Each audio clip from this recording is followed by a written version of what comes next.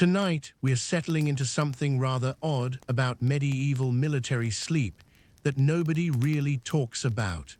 Forget what you've heard about soldiers just crawling into tents and passing out. The reality was far stranger and involved an intricate social dance that would make modern office politics look simple. Picture yourself approaching a medieval military camp as darkness falls. The snow crunches beneath your feet, but that's not what catches your attention first. It's the bizarre sight of soldiers standing perfectly still outside tent entrances, not moving, barely breathing. These aren't guards in the traditional sense. They're human door mats, and yes, that's exactly what it sounds like.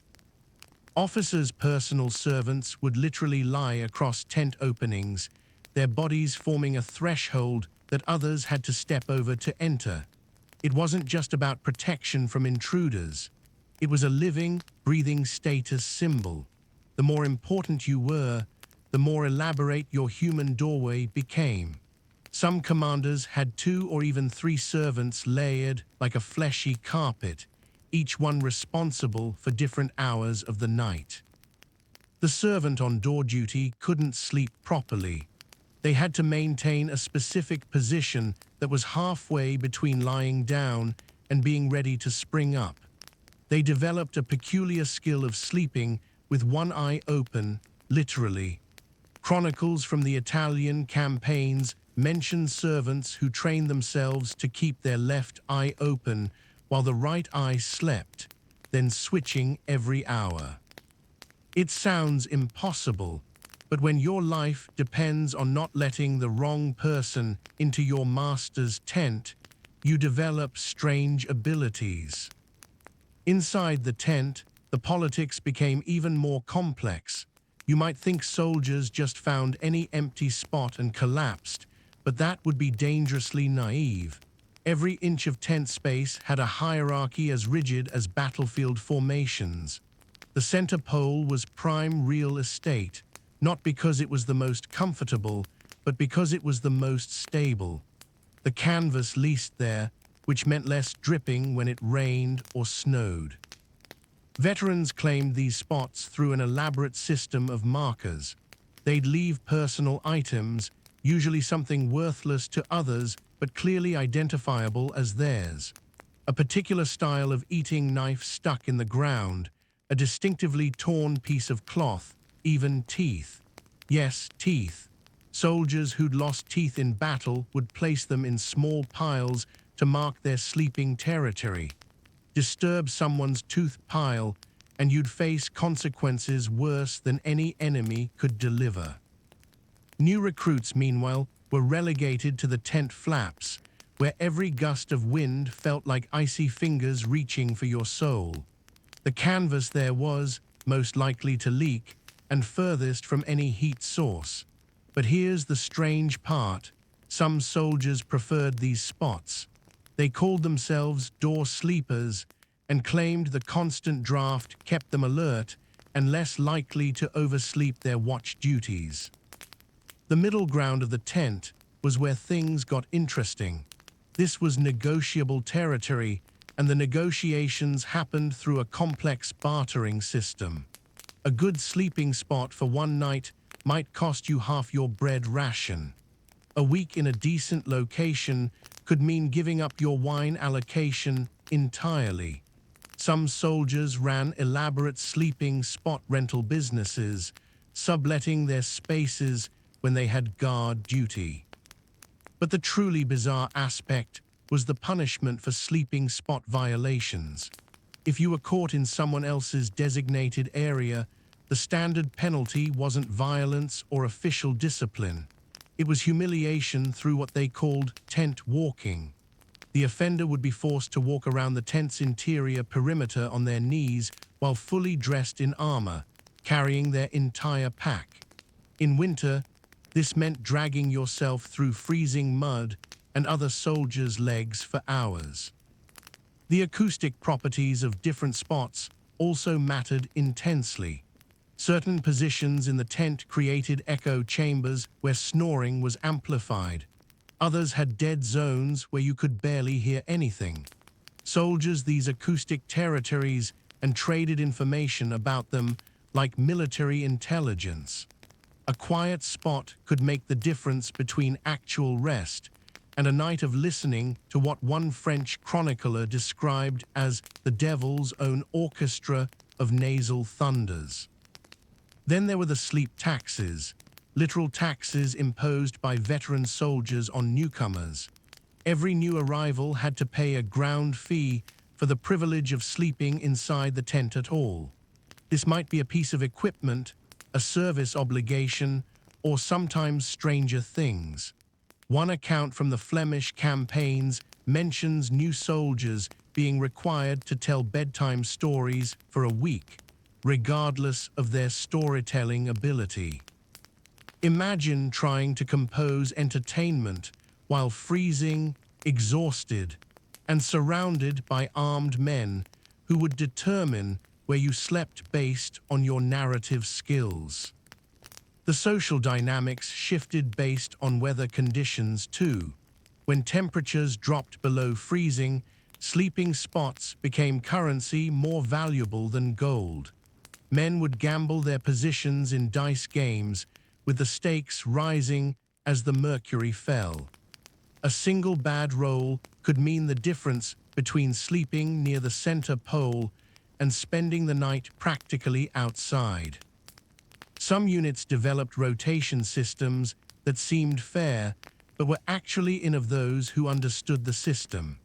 The rotations would follow patterns that looked random, but actually ensured certain soldiers always ended up in the best spots on the coldest nights. These patterns were passed down from veteran to veteran like secret knowledge, never written down, only whispered during watch duties. The strangest part, this entire system functioned without any official recognition. Commanders pretended it didn't exist, even while their own servants carefully negotiated their masters' positions within the larger tents. It was a shadow economy of sleep, complete with its own laws, currency, and enforcement mechanisms. Now, while you were busy fighting over who got to sleep where, medieval armies had developed some genuinely peculiar innovations for staying warm that historians tend to gloss over. These weren't your standard, pile some straw down and hope for the best solutions. These were engineering marvels born from desperation and too much time thinking while freezing. Let's start with the heat stones, but not the kind you're imagining. Soldiers didn't just warm rocks by the fire and toss them in their tents. That would be far too simple.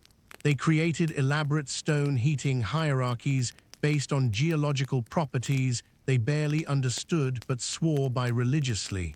Limestone was for officers because it held heat longest. Granite was for common soldiers because it heated quickly but cooled fast. And then there was the coveted river stone, smooth and flat, which some soldiers believed had absorbed magical properties from the water. The process of these stones was ritualistic. Each unit had a designated stone keeper, usually someone who'd suffered frostbite and could no longer hold a weapon properly. This person's entire job was managing the heated stones throughout the night. They'd rotate them in specific patterns, had mental maps of which stones were where, and could tell by sound alone when a stone was losing its heat. The crackling noise a cooling stone made was distinctive, like bones breaking in reverse. But here's where it gets weird. Soldiers would wrap these stones in combinations of materials that sound like alchemy recipes. A proper heat stone needed to be wrapped first in fresh leaves if available, then cloth soaked in animal urine. Yes, urine, because they believed it prevented the heat from escaping too quickly, then finally in whatever spare fabric could be found. The smell was indescribable, but on a freezing night, nobody cared if their tent smelled like a latrine as long as they kept their toes. The stones weren't randomly placed either. There were specific configurations believed to create heat channels through the tent. 5 stones in a pentagon pattern was supposed to create a vortex of warmth. 3 stones in a line would allegedly push cold air out through the tent flaps. 7 stones arranged like the constellation Major would protect against both cold and evil spirits, though nobody could explain why bear-shaped rock formations fought demons. Then we have the beds, which were essentially medieval aromatherapy taken to extremes. Soldiers would layer dried herbs under their sleeping areas, but not for the pleasant smell. They believed different herbs released different types of heat when crushed. Rosemary was thought to produce a dry heat that prevented joint stiffness.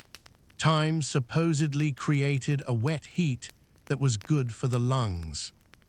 Sage was reserved for those recovering from wounds because its heat was believed to be healing heat, whatever that meant. The preparation of these beds was an art form. Soldiers would steal herbs from monastery gardens, trade for them with local villagers, or cultivate them in small portable containers they carried with their war gear. Some men became herb specialists, able to identify and prepare dozens of different plants for sleeping purposes. They'd create custom blends for different weather conditions, mixing herbs like medieval chemists. The strangest part was the belief that crushing the herbs at different speeds released different properties. A slow, grinding crush supposedly released steady heat throughout the night. Quick, sharp crushing created an intense but brief warmth. Some soldiers would spend an hour before bed methodically crushing herbs at precise intervals, creating what they called timed release warmth. Now the nightmare watches deserve special attention. This wasn't about guard duty, this was about sleep psychology. Units would designate one man to stay awake specifically to monitor the sleep of others. When someone started thrashing or moaning in their sleep, the nightmare watcher would intervene, but not by waking them gently. They had specific techniques that sound like torture but were apparently effective. The nightmare watcher carried a small stick wrapped in cloth soaked in vinegar. When someone had a nightmare, they'd hold this under the sleeper's nose.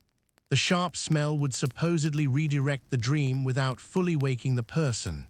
If that didn't work, they'd try the pressure points method, pushing specific spots on the sleeper's feet that were believed to control dreams.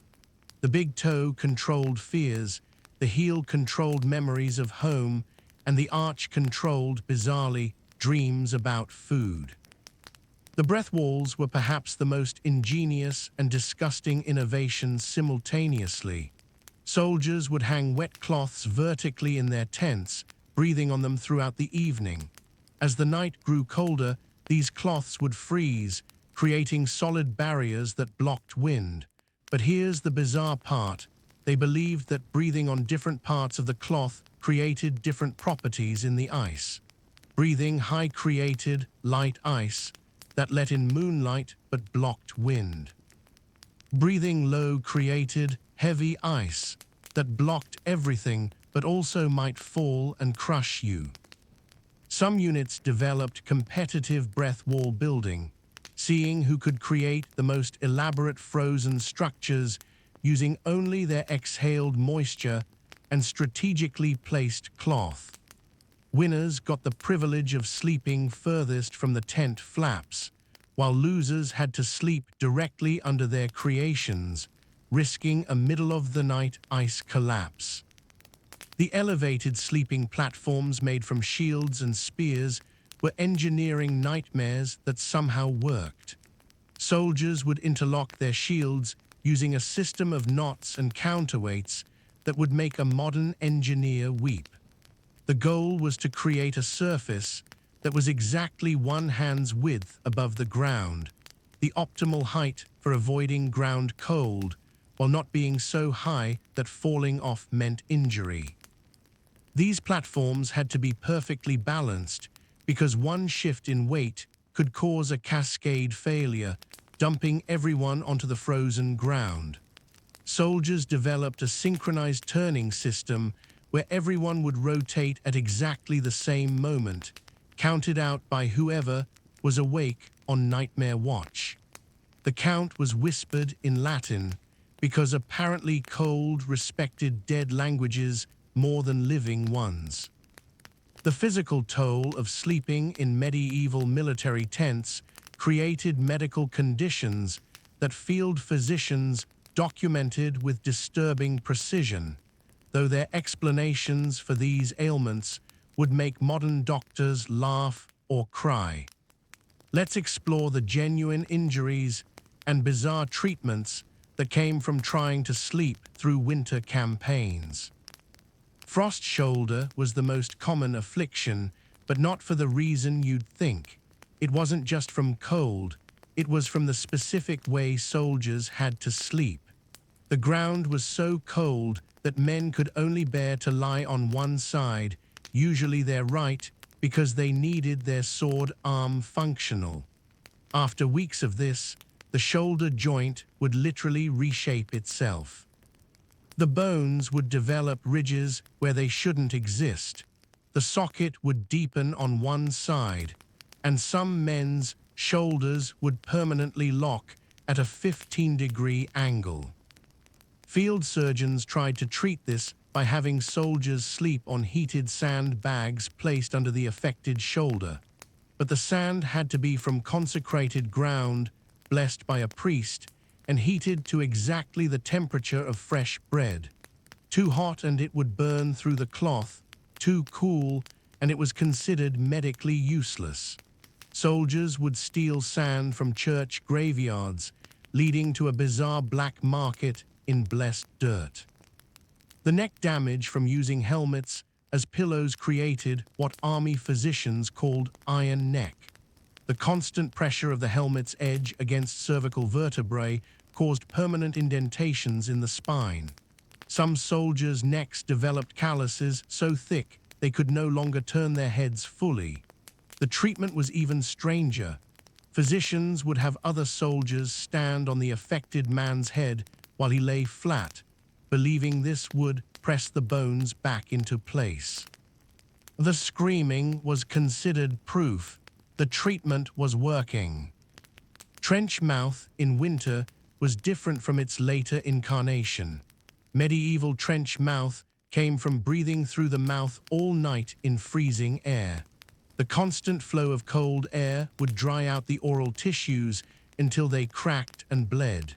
Teeth would loosen in their sockets, and gums would recede so far that roots were exposed. Men would wake up spitting out teeth along with frozen blood. The remedy involved creating a paste from ground-up teeth, usually horse teeth, but human teeth worked in desperate times, mixed with wine and honey, which soldiers would pack around their remaining teeth before sleep.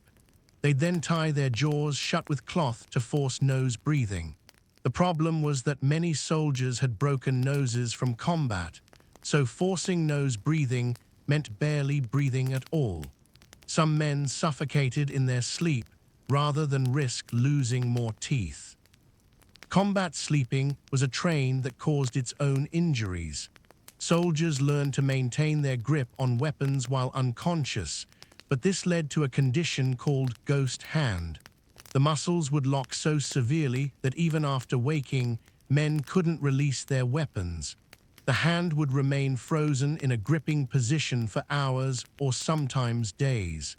Blood flow would be cut off, fingers would turn black, and in severe cases, amputation was necessary. The cure attempts were creative. Physicians would submerge the affected hand in buckets of warm horse urine, believing the ammonia would relax the muscles. When that failed, they'd try the surprise method, where someone would scream unexpectedly near the soldier to shock the hand open. This occasionally worked, but more often caused the soldier to swing his still-gripped weapon wildly, anyone nearby. Specific sleeping postures developed to prevent armor sores led to their own problems. Soldiers would contort themselves into positions that kept metal from pressing on the same spots night after night. The archer's curl involved lying with knees drawn up, spine curved, arms crossed, creating a human ball. Maintained for hours, this caused permanent spinal deformation. Many veterans couldn't stand fully upright after years of campaign sleeping. The wake cycles for warmth exercises turned into medical disasters. Units would rise together every 2 hours to do synchronized movements to prevent freezing. But doing jumping exercises in full armor, in the dark, on frozen ground, led to mass injuries. Broken ankles were so common that some units designated ankle holders, soldiers whose job was to stabilize others' injured joints during these exercises. The treatments for cold-induced joint stiffness were particularly inventive. Physicians would have soldiers wrap their joints in cloth soaked in fermented cabbage juice, believing the acidic properties would eat away the cold stiffness. The smell was so offensive that some tents were quarantined.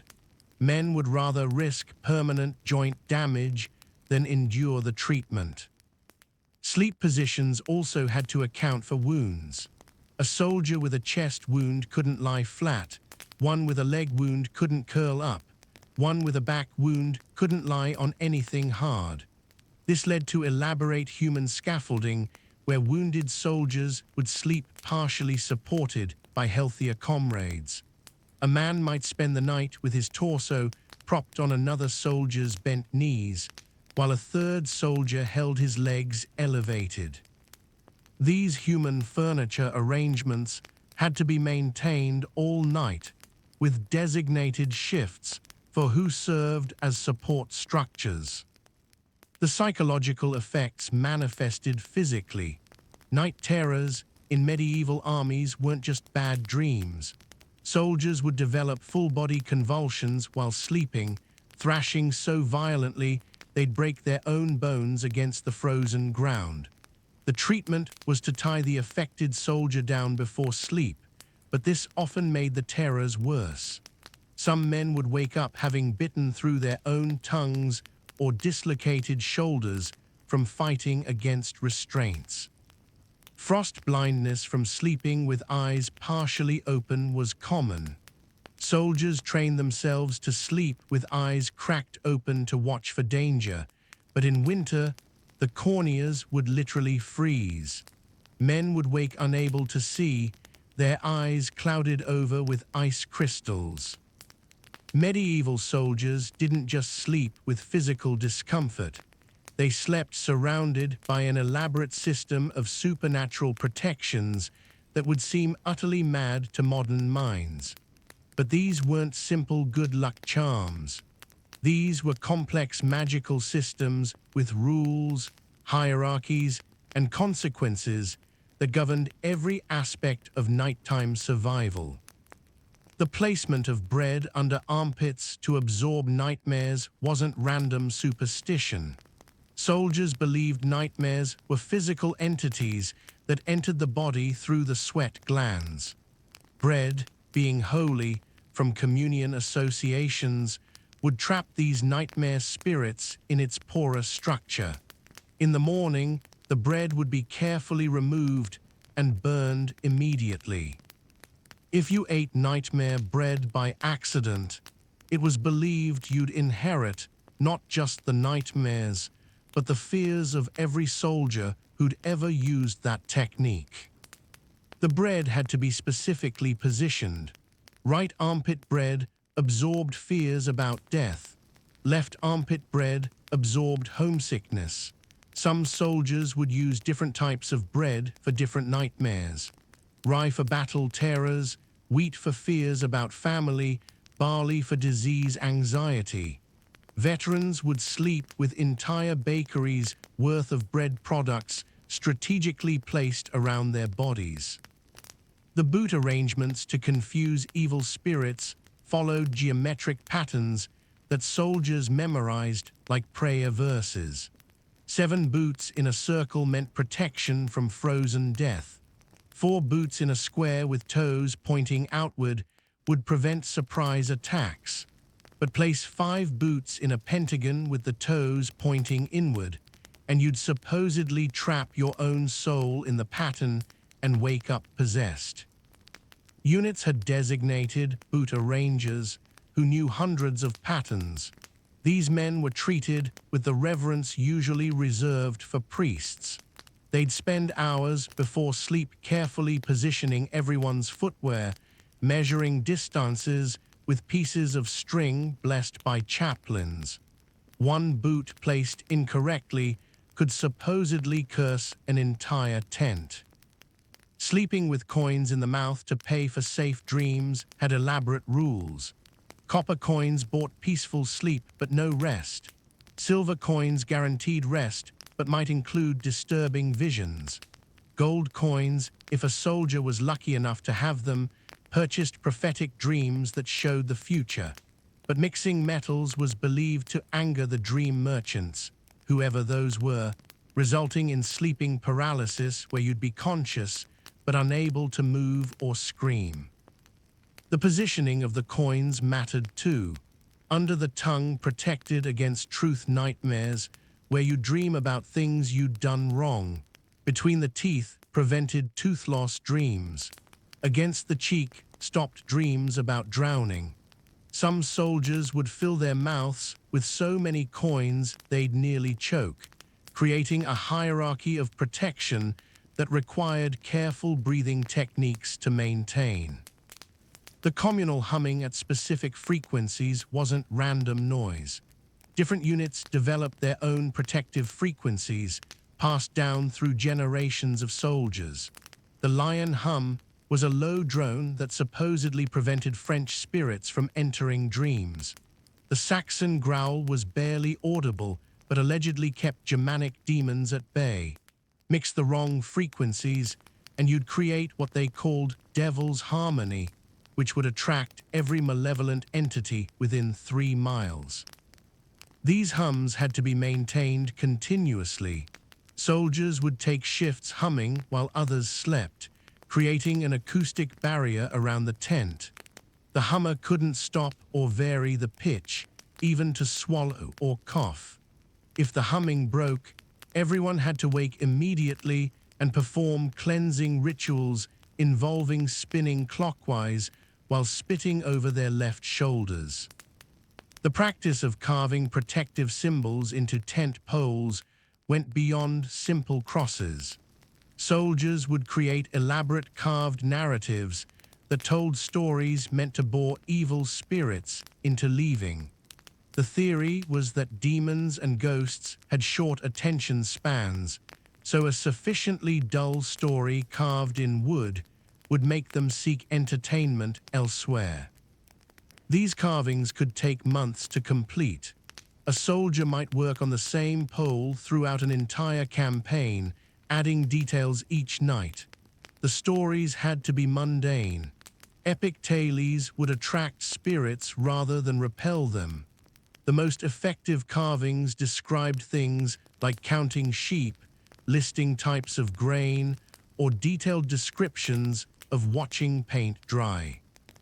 Some units believed that mixing different wood types in tent poles created spiritual confusion. Oak and ash together would make ghosts forget why they came.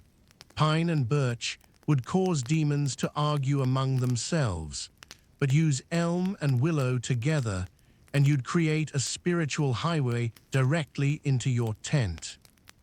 The animal skulls tied to tents weren't random either. Each skull had specific protective properties based on how the animal died. A horse that died in battle protected against weapon nightmares. A cow that died of old age prevented agging fears. A dog that died protecting its master would guard against betrayal dreams. But use the skull of an animal that died of disease, and you'd infect your entire unit with plague nightmares. The positioning of these skulls followed astronomical patterns. They had to be adjusted nightly based on star positions. Someone with knowledge of both astronomy and supernatural protection. Get the angle wrong by even a few degrees, and the skull's protection would reverse, attracting exactly what it was meant to repel. The holy water sprinkled around tents was never just holy water. Soldiers would add ingredients based on their specific fears.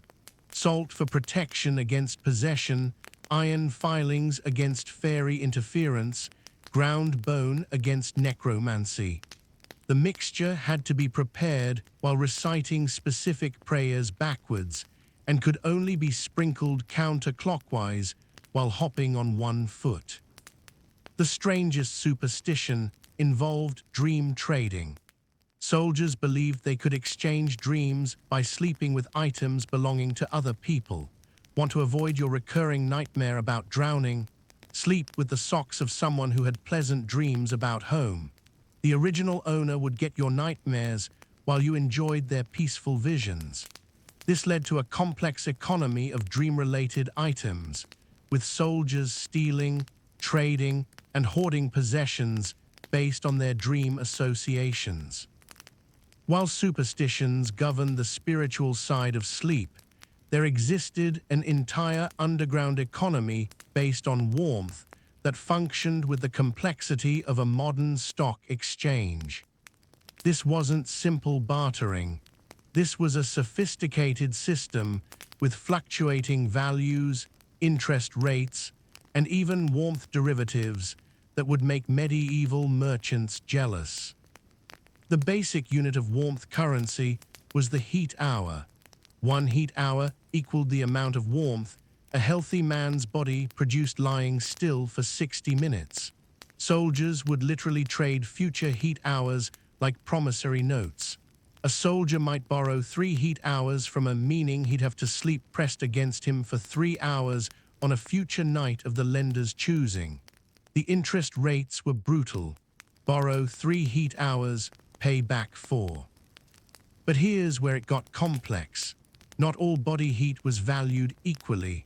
A fat soldier's heat hour was worth 1.5 standard heat hours.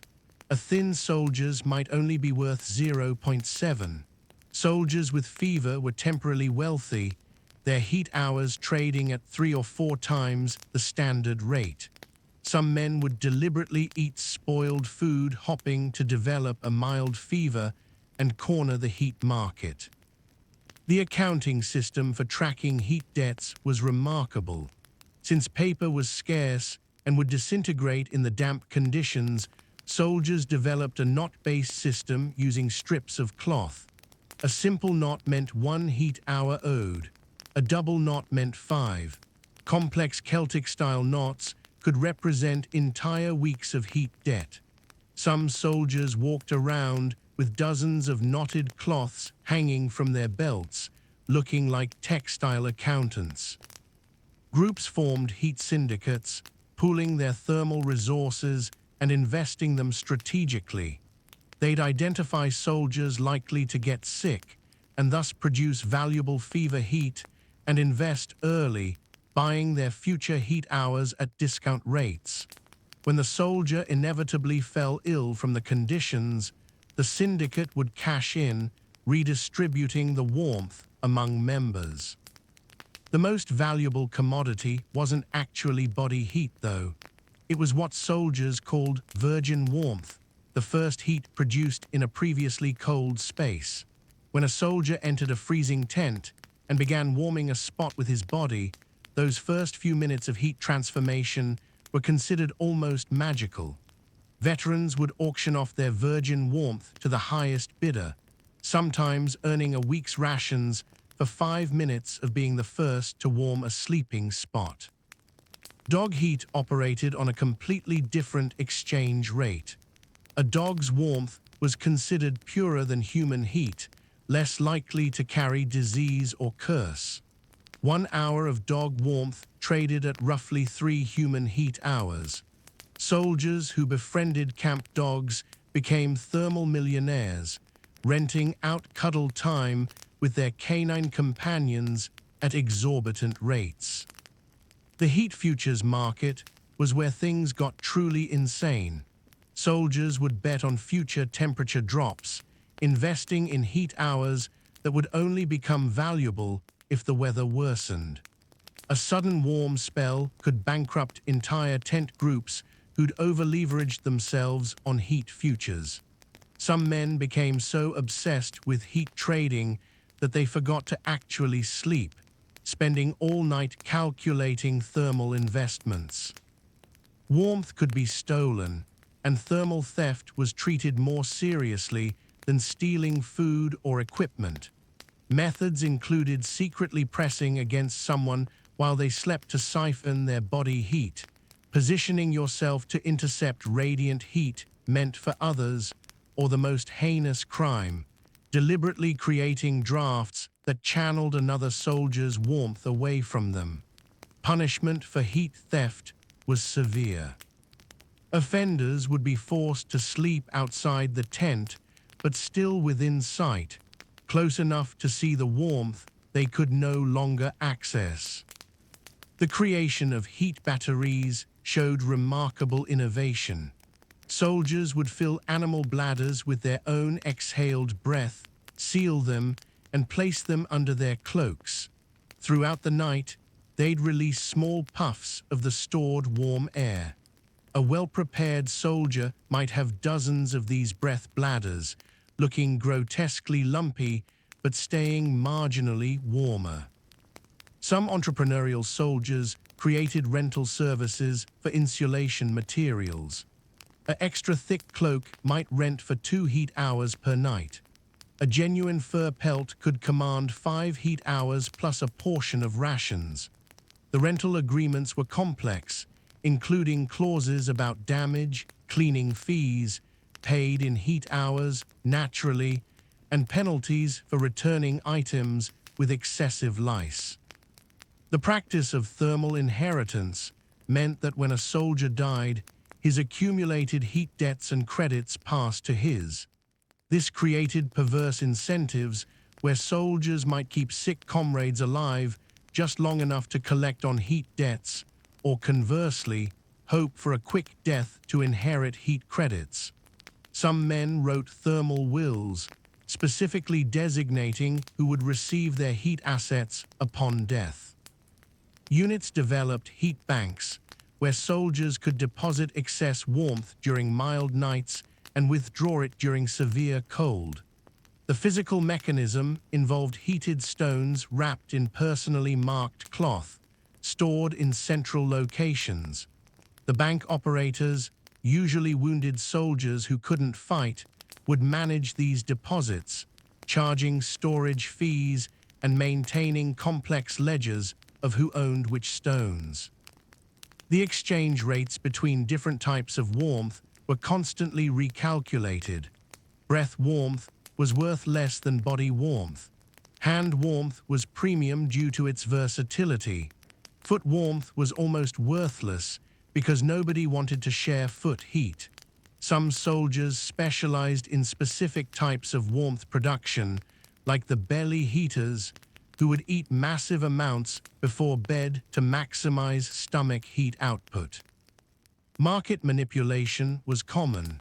Groups would spread about incoming cold fronts to drive up heat prices, then cash in their reserves during the panic.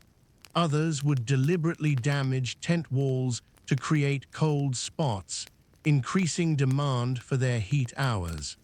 The thermal economy was so complex that some units had designated heat merchants who did nothing but facilitate warmth trades. In the darkness of a medieval military tent, sound became its own form of communication, but not in ways you'd expect. Soldiers developed elaborate acoustic codes that functioned like a primitive Morse code, except instead of dots and dashes, they used snores, coughs, and the creative manipulation of bodily functions. The snore language, was perhaps the most sophisticated. Natural snoring was inevitable, but soldiers learned to modify their snores to convey messages. A long, steady snore followed by 2 short snorts meant all is well. 3 ascending snores that ended in a whistle warned of officers approaching.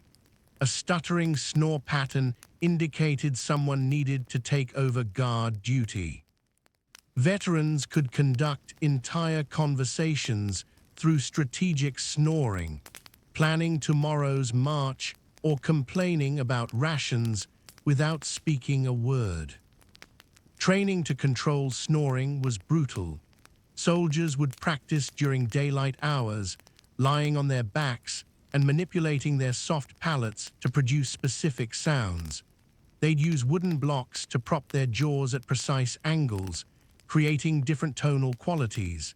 Some men became so skilled they could snore melodies. There are accounts of entire tents snoring hymns in harmony on religious holidays, though whether this was devotion or mockery remains unclear. Coughing served as the emergency communication system. Unlike snoring, which required sleep or fake sleep, coughs could be deployed instantly. 2 dry coughs meant danger. A wet, phlegmy cough followed by spitting meant false alarm. Continuous rapid coughing was the equivalent of screaming for help without actually screaming. The beauty was that with so many soldiers suffering from respiratory ailments, enemy scouts could never distinguish between real illness and coded messages. Some units developed cough dialects. Northern armies used sharp, barking coughs, while Mediterranean forces preferred longer communications. When different units camped together, they'd need cough translators to avoid misunderstandings. Imagine the confusion when a Spanish soldier's friendly "good night" cough was interpreted by German troops as a warning about imminent attack. The art of strategic flatulence deserves its own chronicle. Soldiers discovered that different foods produced different tonal qualities of gas, and they weaponized this knowledge.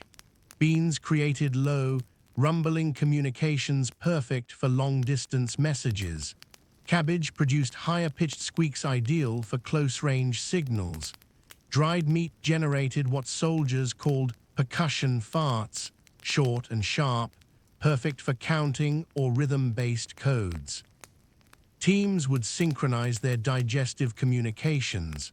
A tent might designate specific soldiers as brass section, deep tones, and others as woodwinds, higher pitches. The night before important operations, these men would carefully calibrate their diets to ensure optimal acoustic performance. The smell was horrendous, but in a tent already reeking of every possible human, nobody noticed the difference. Teeth chattering became a form of percussion instrument. Natural chattering from cold was uncontrollable, but soldiers learned to fake it, creating rhythmic patterns that conveyed information. Rapid chattering meant I'm freezing to death. Slow, deliberate chattering meant I'm fine, but pretending to be cold. Complex polyrhythmic chattering could indicate specific times for guard changes or warn about equipment problems. The chattering competitions that emerged were bizarre spectacles.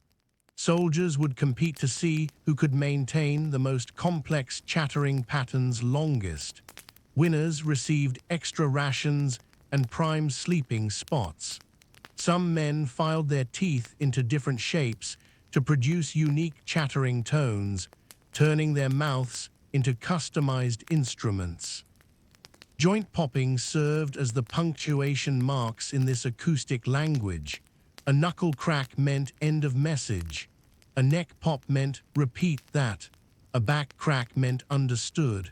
Soldiers would spend hours before sleep limbering up their joints, them for a night of communication. Some developed arthritis from excessive joint manipulation, a sacrifice they considered worthwhile for effective communication. The practice of echo sleeping involved positioning soldiers in specific arrangements to amplify or direct sounds. A tent might have one soldier sleeping with his ear against the ground to detect vibrations, another positioned to amplify sounds upward, and others arranged to create acoustic channels that directed sound to specific locations. It was like turning the entire tent into a primitive audio mixing board. Breathing patterns conveyed emotional states and needs. Slow, deep breathing meant contentment. Rapid, shallow breathing indicated anxiety. Held breath followed by a long exhale meant, I need to urinate but don't want to go outside. Synchronized breathing, where entire tents would breathe in unison, was believed to create a form of collective consciousness that helped soldiers share dreams and warmth. The whisper chains that formed during the night were information networks that functioned without anyone fully waking. A soldier might whisper a message to the man next to him, who would unconsciously process it and whisper it to the next man, and so on.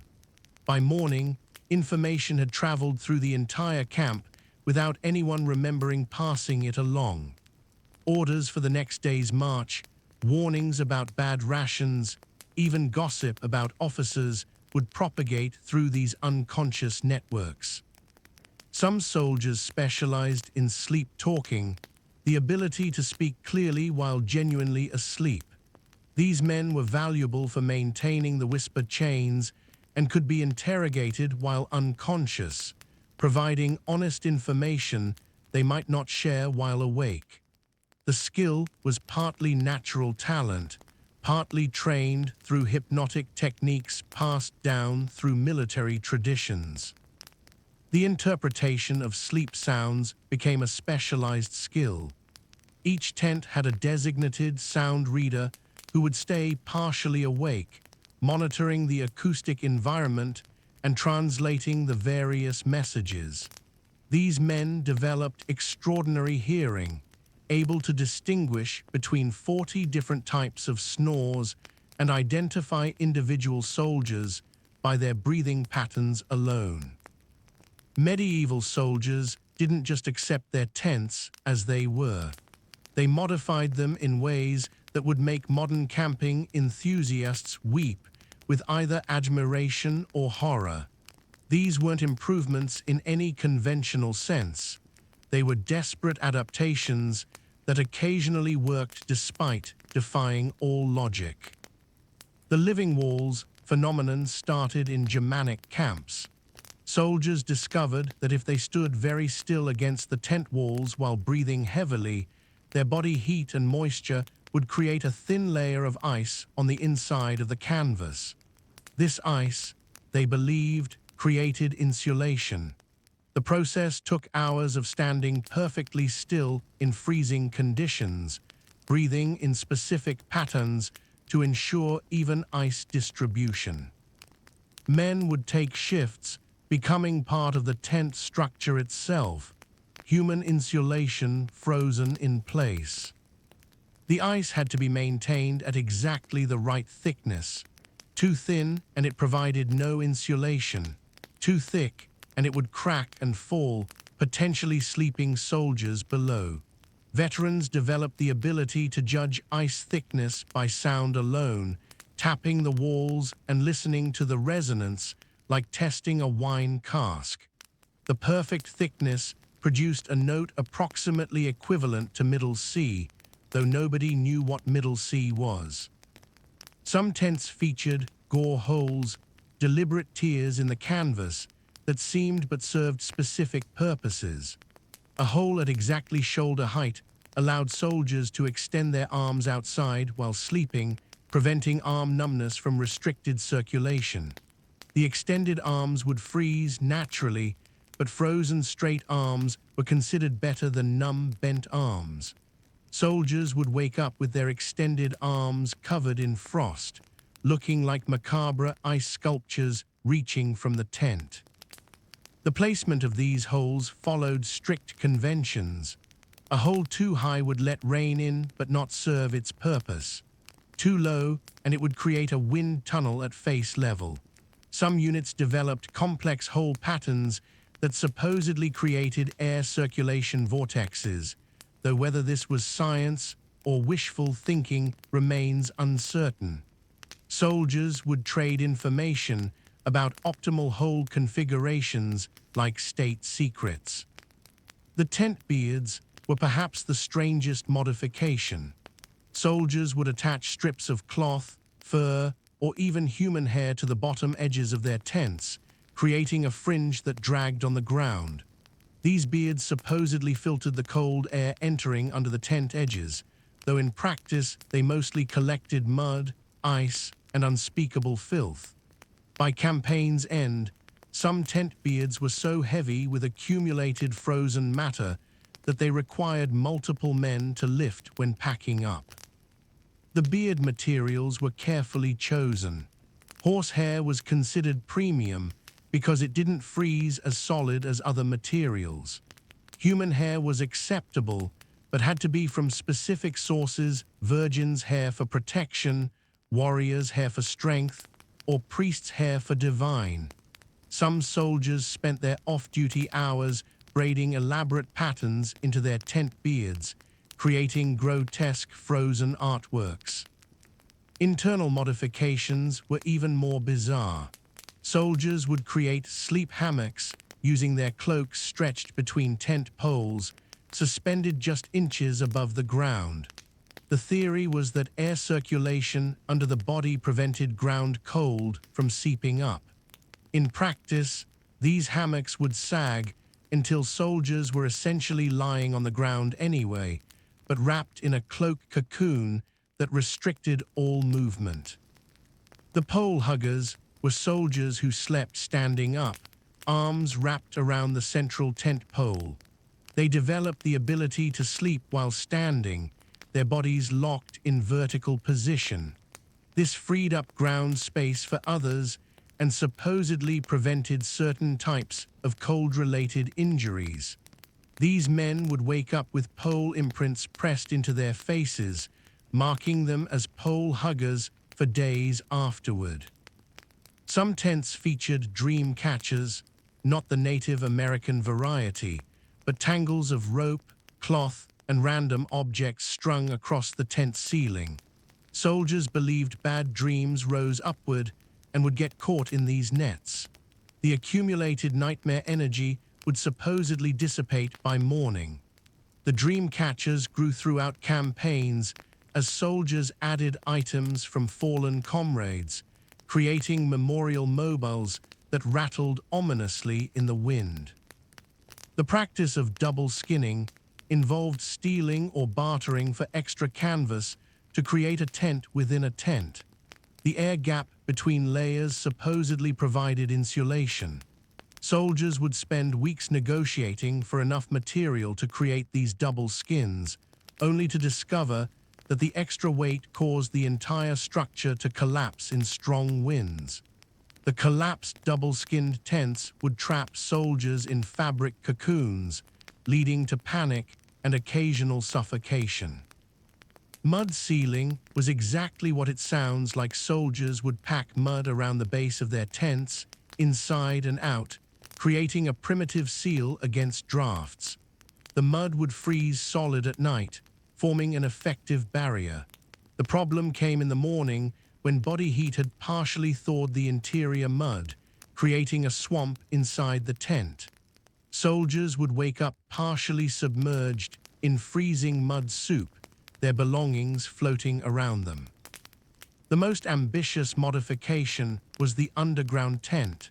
Some units would dig sleeping pits beneath their tents, creating subterranean chambers accessed through holes in the tent floor. These underground spaces were warmer than surface sleeping, but came with unique dangers. Cave-ins were common. Soldiers would disappear into their sleep pits and never emerge. Some pits filled with water, creating underwater tombs. Others became home to rats, who appreciated the warmth as much as the soldiers. The decoration of tent ceilings with heat maps showed surprising sophistication. Soldiers would mark areas where heat accumulated, where cold spots formed, where condensation dripped. Over time, these maps became incredibly detailed, showing thermal currents, seasonal variations, and optimal sleeping positions for different weather conditions. These maps were valuable intelligence, traded between units and passed down through generations. The relationship between food and sleep in medieval military camps went far beyond simple hunger. Soldiers developed elaborate psychological and physical rituals around imaginary eating that bordered on collective delusion, yet somehow helped them survive the grinding combination of starvation and exhaustion. Ghost chewing was the practice of mimicking eating movements while sleeping. Soldiers would spend hours before bed practicing chewing motions with empty mouths, believing this would trick their stomachs into feeling full. They developed specific chewing patterns for different imaginary foods: 30 chews for tough meat, 10 for bread, continuous grinding for vegetables. Veterans could identify what imaginary meal a soldier was eating by watching his jaw movements in sleep. The choreography of ghost chewing was precise. The jaw had to move at exactly the right speed. Too fast, and you'd wake yourself up. Too slow, and the illusion wouldn't work. Some soldiers became so skilled they could ghost chew while maintaining conversations, their jaws working automatically while they discussed tomorrow's march. The constant jaw movement led to massive overdevelopment of jaw muscles. Some veterans' faces were wider at the jaw than at the temples, giving them an unsettling triangular appearance. Scent cooking involved soldiers taking turns describing meals in such vivid detail that others would hallucinate the smells. This wasn't casual storytelling, it was a skilled performance art. The describer would speak in specific rhythms, using particular words known to trigger olfactory memories. The fat sizzles and pops, releasing that sweet smoke that sticks to your beard, was more effective than simply saying cooking meat. These sessions followed strict rules. The describer couldn't mention being hungry or the food being absent that would break the spell. Others would sit with eyes closed, breathing deeply, adding their own remembered details. Yes, and the edges are slightly charred, that bittersweet crust that crunches between your teeth. Groups would spend hours in these collective food hallucinations, sometimes becoming so immersed that they'd reach for invisible plates. The phenomenon of sleep feeding was darker. Soldiers would eat while completely unconscious, consuming things that weren't food. Leather straps, pieces of cloth, candle wax, even small stones would disappear into sleeping soldiers' mouths. They'd wake with stomach pains, having no memory of eating. Some men had to be tied down to prevent sleep feeding, though they'd sometimes chew through their restraints and eat those too. Units developed feeding watchers who would monitor for sleep feeding and carefully extract non-food items from soldiers' mouths without waking them. Waking a sleep feeder suddenly could cause them to choke or bite off the watcher's fingers. The technique involved slowly massaging the jaw while humming at a specific frequency that supposedly triggered the swallow reflex in reverse. The creation of memory meals showed remarkable psychological sophistication. Soldiers would designate certain memories as emergency rations, saving them for the worst nights. A memory of a wedding feast couldn't be accessed except in extreme cold. A remembered harvest dinner was reserved for when someone was near death. These memories were shared communally. A dying soldier might gift his memory meals to his, describing them in final detail so others could carry them forward. The protection of memory meals was serious business. Soldiers who spent their memories frivolously were scorned. Some men would trade physical food for particularly vivid food memories. A veteran who remembered his mother's cooking in perfect detail could trade those memories for extra rations, parceling them out one dish at a time. Digestive sleeping positions were specific body configurations believed to maximize nutrient extraction from whatever meager food was consumed. The spiral position involved lying on your left side with knees drawn up and arms wrapped around your stomach, supposedly concentrating digestive forces. The inverse position meant sleeping with feet elevated higher than your head, allegedly allowing nutrients to flow to the brain. These positions had to be maintained perfectly all night. Soldiers would tie themselves into position or have hold them in place. Some positions were so uncomfortable that they prevented actual sleep, but soldiers maintained them anyway, believing that proper digestion was more important than rest. Men would wake up with their bodies locked in these positions, unable to straighten for hours. The practice of communal digestion involved soldiers pressing their stomachs together while sleeping, believing they could share digestive energy.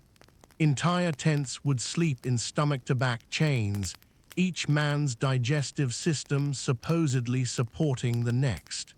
The person at the front of the chain, who received no one else's digestive energy, was rotated nightly. Being the digestive anchor was considered a sacrifice for the group. Taste preservation was the practice of never fully swallowing the last bite of food. Soldiers would hold tiny fragments of food in their mouths for days, moving them around with their tongues to release periodically. They developed techniques for sleeping without swallowing these precious morsels. Some men had indentations in their mouths from where they'd pressed food fragments against their palates for weeks. The competitive aspect emerged in battles, where soldiers would compete to see who could maintain a taste longest. The winner might keep a single peppercorn in his mouth for an entire campaign, becoming legendary for his taste endurance. These champions were consulted on techniques for maximum preservation, their advice treated as military intelligence. The hallucination of communal feasts became so elaborate that some units created invisible table settings with designated places for imaginary dishes. Soldiers would mime passing food, commenting on the seasoning, complimenting the cook who didn't exist. New recruits who broke the illusion by pointing out the absence of actual food were severely punished. Death from cold in medieval military camps followed a strict social order that nobody talked about, but everyone understood. There was an unspoken system determining who would be allowed to freeze first and who would be kept alive at all costs, and it had nothing to do with military rank or combat effectiveness. The thermal triage system identified soldiers in categories of preservation priority. Heat sources were men who naturally ran hot. They were protected at all costs because they could warm others. Heat sinks were constantly cold men who were gradually pushed to tent edges and expected to die first. Neutral thermals occupied a middle ground, their fate depending on nightly negotiations and their usefulness in other ways. Identifying heat sources involved bizarre tests. Soldiers would place their hands on different men's necks, timing how quickly they felt warmth. They'd measure the radius of snow melt around sleeping soldiers. Some units developed heat competitions where men would stand naked in the cold, and whoever lasted longest was declared a heat source and given privileged protection. The protection of heat sources went to extremes. They'd be fed first, given extra rations to maintain their thermal output. They slept in the center of human piles, surrounded by bodies that would absorb and redistribute their warmth. If a heat source showed signs of cooling illness, injury, depression, the entire tent would panic. Losing a heat source in midwinter was considered worse than losing a commanding officer. Freezing duty was the practice of designating certain soldiers to absorb the cold for others. These men would sleep nearest tent flaps, wearing minimal clothing so their bodies would draw cold away from the tent's center. They were literally human cold sinks, sacrificial thermal shields. The position rotated in theory, but in practice, unpopular soldiers found themselves on perpetual freezing duty. The selection for freezing duty followed complex social dynamics. Soldiers who snored too loudly, had particularly offensive body, or had crossed the wrong people would find themselves mysteriously assigned to the coldest spots. But it wasn't purely punitive. Some soldiers volunteered for freezing duty in exchange for other privileges, like extra food or exemption from certain duties. The warming hierarchy determined who got access to heat sources and in what order. Officers were not automatically at the top. A lieutenant who was thermally inefficient might rank below a private who efficiently redistributed heat. The hierarchy shifted based on weather conditions. During mild nights, combat effectiveness determined positioning. During severe cold, thermal properties trumped everything. Some soldiers discovered they could manipulate their position in the hierarchy by their thermal signatures. They'd eat specific foods that raised body temperature temporarily, exercise before thermal testing, or even rub their skin with irritants that created an illusion of warmth. The arms race between thermal fraud and detection methods became increasingly sophisticated. The concept of thermal inheritance meant that when a soldier died, his thermal status passed to others, but not randomly. A dying heat source would often choose his thermal heir, someone who would take his privileged position in sleeping arrangements. These deathbed thermal bequests were treated as sacred. Wars within tents erupted over disputed thermal inheritances. Cold watchers were soldiers assigned to monitor others for signs of fatal hypothermia. They learned to recognize the stages, the violent shivering, the paradoxical undressing, the terminal burrowing where freezing soldiers would try to dig into the ground. But cold watchers faced an impossible choice. Wake someone showing signs of freezing and they'd lose precious heat. Let them continue and they might die. The decision protocols were ruthless.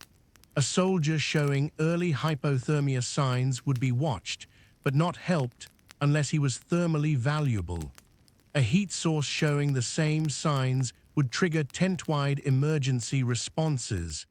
Men would strip naked and pile on top of him, breathing on his face, rubbing his limbs, anything to preserve his thermal capacity. The phenomenon of group freezing occurred when entire tents would begin dying collectively.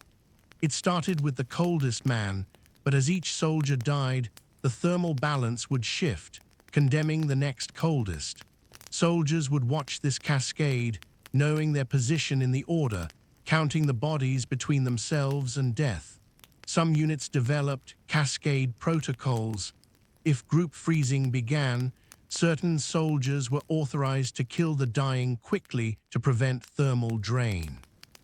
Thermal marriages were partnerships between thermally compatible soldiers that transcended normal military relationships. A heat source might partner with someone who efficiently absorbed and redistributed warmth. These partnerships were exclusive and jealously guarded.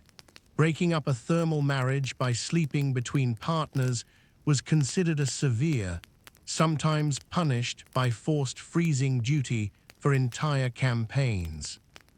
The trading of positions in the freezing hierarchy created a secondary economy.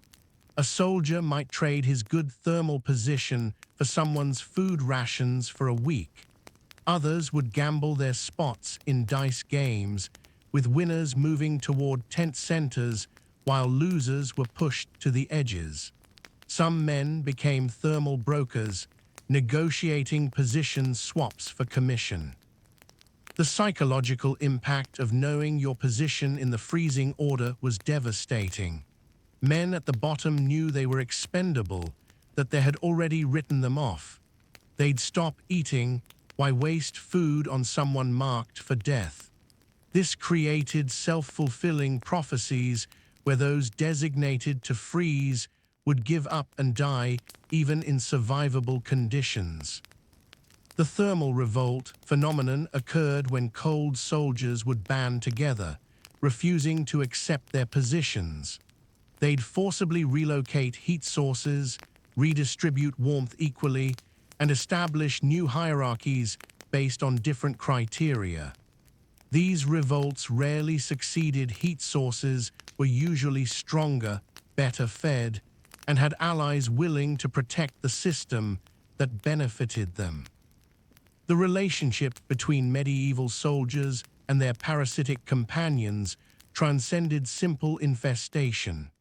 By midwinter, lice had established complex ecosystems within the tent environment that soldiers managed and even manipulated for survival purposes. This wasn't just about scratching. This was about coexisting with a parallel civilization that lived in the seams of their clothing. Soldiers identified different species of lice and assigned them territories. Head lice obviously controlled the scalp regions, but body lice had subdivided into distinct populations. The armpit nobles were larger, slower-moving lice that established permanent colonies in warm areas. The seam runners were smaller, lice that migrated along clothing seams. The deep dwellers burrowed into the thickest parts of gambesons and rarely surfaced. The mapping of lice territories became a serious pursuit. Soldiers would track migration patterns, noting how lice moved based on temperature changes. When a man sat near the fire, the seam runners would migrate to his back. When he lay down, the armpit nobles would expand their territory. Some men drew actual maps on pieces of leather, showing the lice kingdoms within their clothing, complete with borders, disputed territories, and seasonal migration routes. Lice farming emerged as a survival strategy. Soldiers discovered that lice could be harvested and used as fish bait, traded to locals for food, or even consumed as emergency protein. The farming process involved encouraging lice populations in specific garments designated as lice fields. These clothes would be worn just enough to maintain the population, but not enough to spread them to other garments. The harvesting techniques were sophisticated. Soldiers would heat metal rods and run them along seams, causing lice to flee toward cooler areas where they could be collected. Others would use sweet-smelling herbs to lure lice into cloth traps. The most skilled harvesters could collect hundreds of lice in an hour without damaging their breeding populations. Lice racing became the primary entertainment during the longest winter nights. Soldiers would capture their seam runners and race them on heated metal plates. The lice would scurry toward the cooler edges, and whichever reached the rim first won. Breeding developed, with soldiers selecting for speed, size, or unusual. Champion racing lice were named, their lineages tracked, their offspring traded for substantial goods. The gambling around lice races was intense. Soldiers would bet rations, equipment, even their positions in sleeping arrangements. Some men became lice racing specialists, studying their insects' performance under different conditions, developing training regimens that involved exposing them to specific temperatures and foods. The death of a champion racing louse could send a soldier into genuine mourning. The lice census was a monthly ritual where each soldier would count his parasite population. This wasn't vanity, it was medical monitoring. A sudden drop in lice population might indicate fever or disease that made the host less hospitable. A population explosion suggested good health and warm blood. Soldiers tracked these numbers obsessively, counts, looking for patterns that might predict illness or recovery. Some units developed lice exchanges where soldiers would trade parasites to maintain genetic diversity in their populations. A soldier with particularly hardy lice might trade breeding pairs with someone whose lice were or larger. The negotiations were serious bloodline documentation, proof of racing victories, guarantees about disease-free status. These exchanges looked like livestock markets, except the livestock was microscopic. The discovery that different lice populations had different biting patterns led to lice scheduling. Soldiers would rotate which clothes they wore based on when different lice colonies typically fed. The dawn feeders would be worn at night, the twilight biters during the day. This didn't eliminate bites, but distributed them more evenly, preventing the maddening concentration of itching in one area. Lice communication theories emerged suggesting the parasites could be trained to bite in patterns that conveyed messages. A series of bites on the left arm might mean danger, while bites on the right meant all clear. Soldiers would expose specific body parts to their lice at specific times, trying to condition them. Whether this ever worked is doubtful, but men spent hours discussing optimal training methods. The social hierarchy of lice ownership was complex. A soldier with no lice was either diseased or dying. Either way, he was avoided. A soldier with too many lice was slovenly and couldn't manage his resources. The optimal lice load showed health, warmth, and good management skills. Men would actually borrow lice before inspections to appear properly infested. Lice inheritance followed strict protocols. When a soldier died, his lice populations were valuable assets. Premium racing lice would be carefully transferred to designated heirs. Breeding populations would be divided according to the dead man's wishes. Sometimes fights broke out over particularly valuable lice colonies, with soldiers literally fighting over the right to wear a dead man's infested clothing. The belief that lice carried memories led to the practice of memory lice preservation. Soldiers would keep lice that had been present during important events, battles, victories, moments of personal significance. These lice would be segregated, fed specially, and their descendants tracked. Some men claimed they could feel their fathers' or brothers' memories through inherited lice. The lice symphony phenomenon occurred during the quietest nights when hundreds of thousands of lice moving simultaneously created an audible rustling.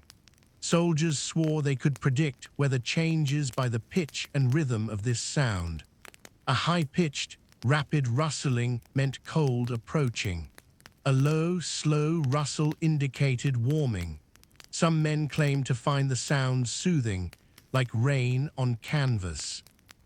The human breath in a medieval military tent wasn't just exhalation. It was a resource, weapon, and medium of exchange that soldiers manipulated with the precision of alchemists. The collective breathing of 20 men in an enclosed space created its own microclimate, and soldiers developed techniques to weaponize this atmospheric control. Breath hoarding was the practice of one's own exhalations for later use. Soldiers would breathe into leather bags treated with beeswax sealing their breath inside. These weren't just warmth reserves. Different types of breath were believed to have different properties. Morning breath, thick with sleep, was considered medicinal. Post-meal breath carried nutritional essence. Fever breath could be sold to others as a heating element. The storage methods were elaborate.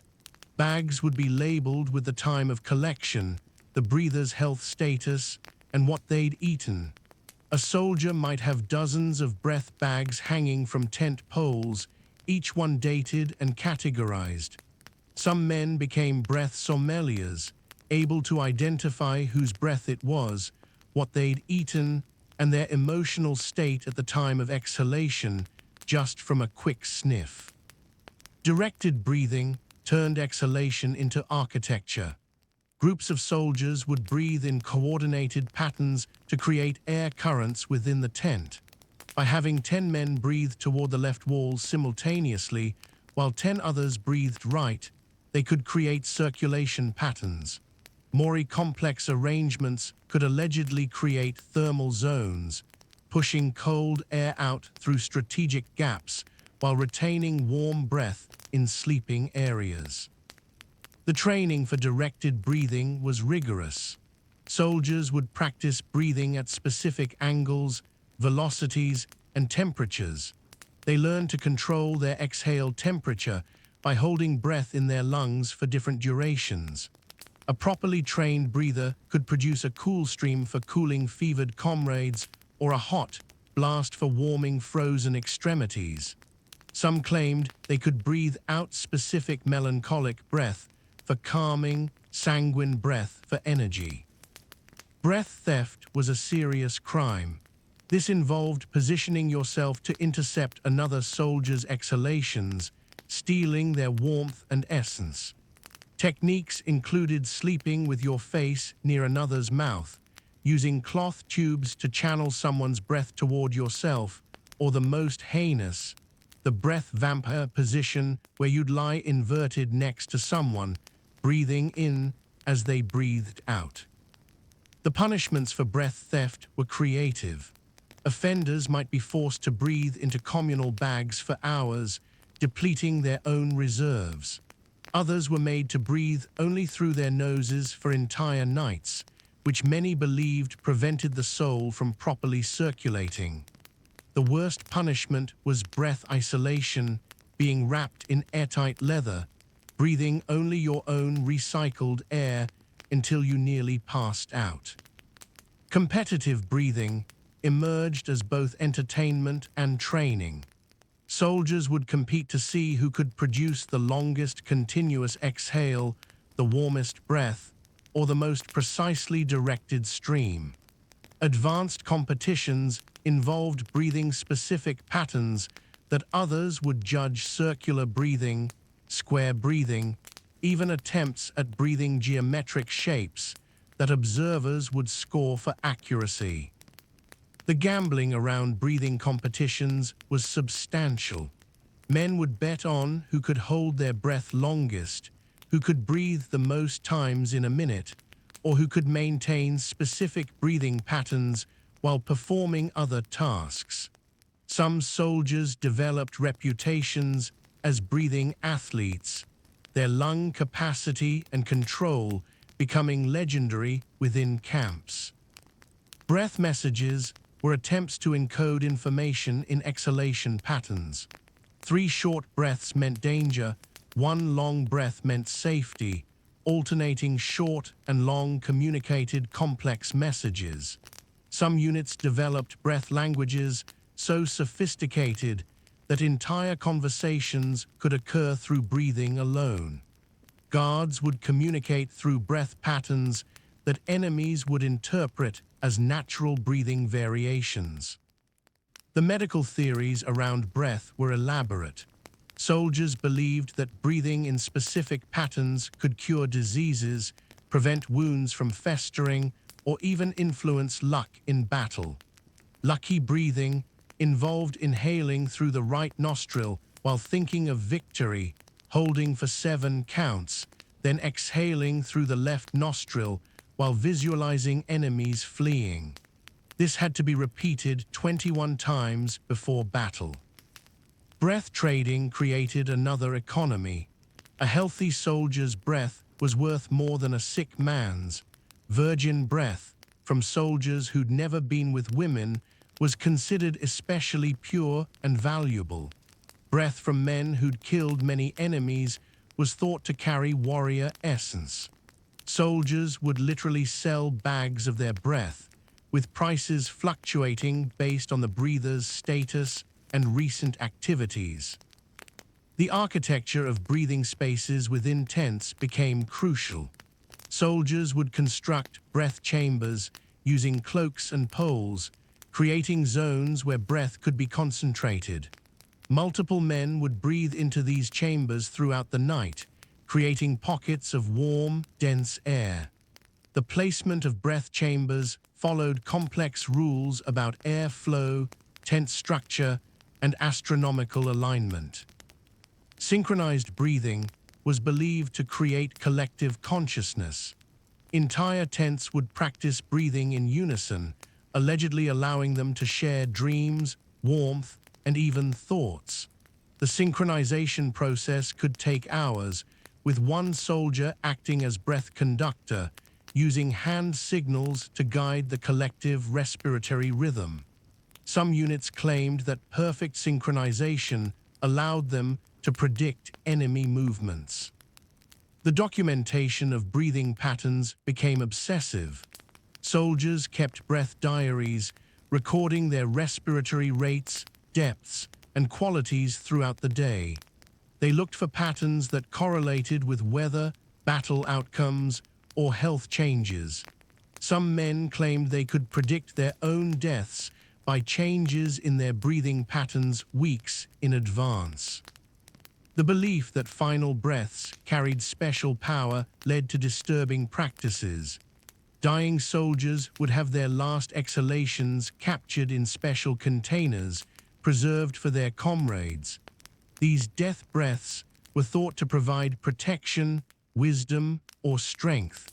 Some soldiers wore small vials of death breath around their necks, breaking them open before battle to inhale their fallen comrades' essence. Medieval soldiers developed counting and mathematical systems specifically for use in complete darkness, creating a numerical language that functioned through touch, taste, and temperature rather than sight. These weren't primitive tallying methods. They were sophisticated systems that allowed complex calculations while lying frozen in pitch-black tents.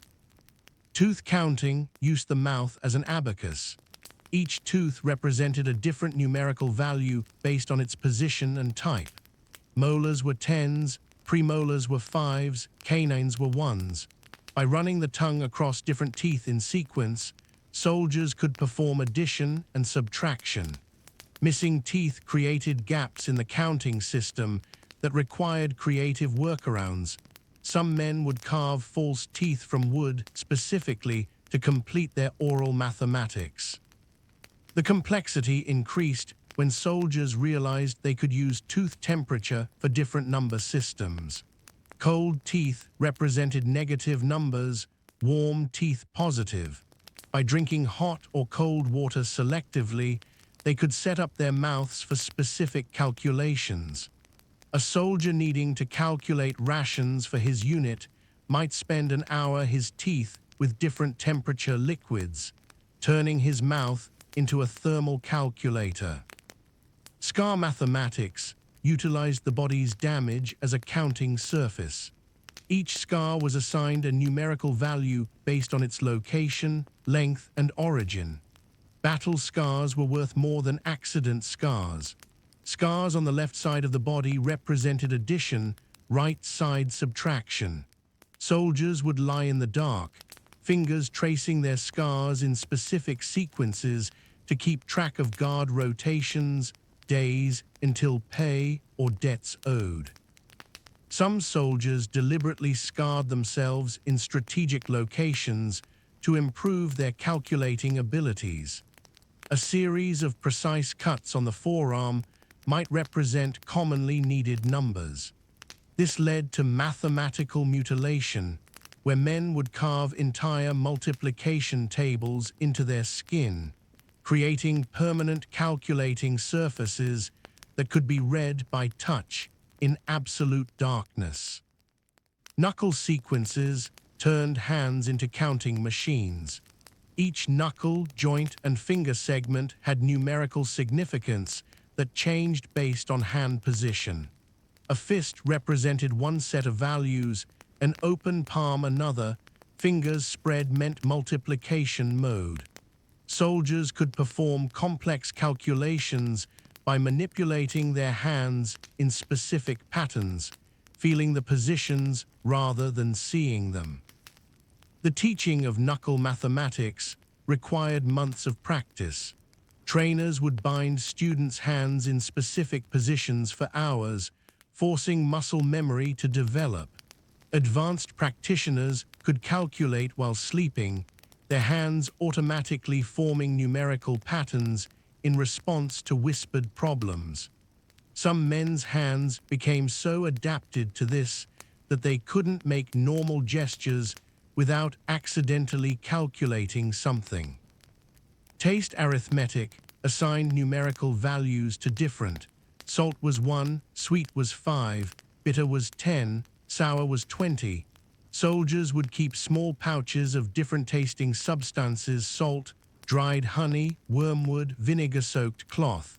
By tasting combinations in sequence, they could perform calculations.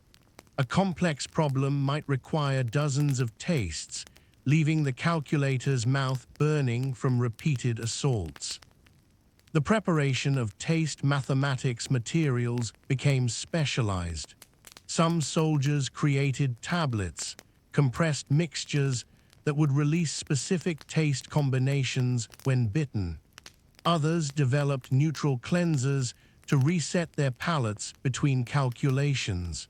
The most advanced practitioners claimed they could taste imaginary, performing purely mental taste mathematics. Temperature notation used the body's perception of hot and cold as numbers. Soldiers would touch objects of different temperatures in sequence, building numerical patterns from thermal sensation. A piece of frozen metal might represent 0.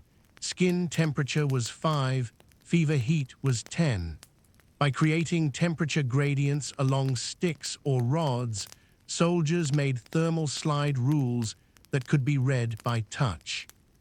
The manipulation of temperature for mathematics led to bizarre practices. Soldiers would partially freeze or heat different body parts to create temperature references. A man might keep his left hand in snow while warming his right by the fire, creating a temperature differential he could use for comparison calculations. Some developed such fine temperature discrimination they claimed to feel differences of single degrees. Pain calibration turned discomfort into data. Different types and intensities of pain represented different numbers. A pinch was 1, a burn was 5, a cut was 10. Soldiers would inflict precise amounts of pain on themselves to keep count of things in the dark. This wasn't masochism, it was pragmatic mathematics when no other counting method was available. The standardization of pain mathematics required careful calibration. Units would have designated pain testers who would establish baseline sensations that others could reference. These men developed extraordinary pain tolerance and precision, able to inflict exact amounts of discomfort that corresponded to specific numbers. They were both respected and feared. Breathing mathematics used respiratory patterns as a counting system. Inhales represented addition, exhales subtraction, held breath was multiplication, gasps were division. Complex calculations required elaborate breathing sequences that could leave soldiers hyperventilating or nearly passing out. The sound of someone doing breathing mathematics was distinctive irregular gasps and holds that seemed like medical distress, but were actually careful calculation. The notation systems for recording these various mathematical methods were themselves cryptic. Since paper was scarce and would deteriorate in damp tents, soldiers created three-dimensional recording systems using knots, notches, and arrangements of small objects. A pile of specifically arranged pebbles might represent a complex equation that could be read by touch. Collective counting involved multiple soldiers combining their various counting methods to perform calculations no single person could manage. One might handle the teeth counting, another the knuckle sequences, a third the temperature notation.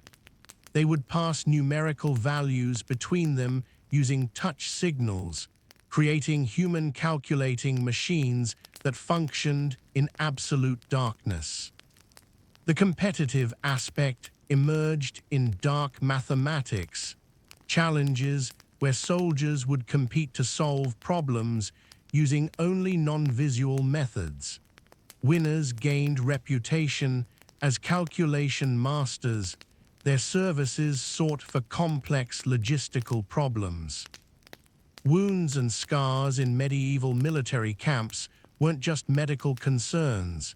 They became a complex economic and social system that determined everything from sleeping arrangements to food distribution. The body's damage was catalogued, traded, and leveraged in ways that would seem insane to modern minds. Wound leasing was the practice of temporarily trading injuries for benefits.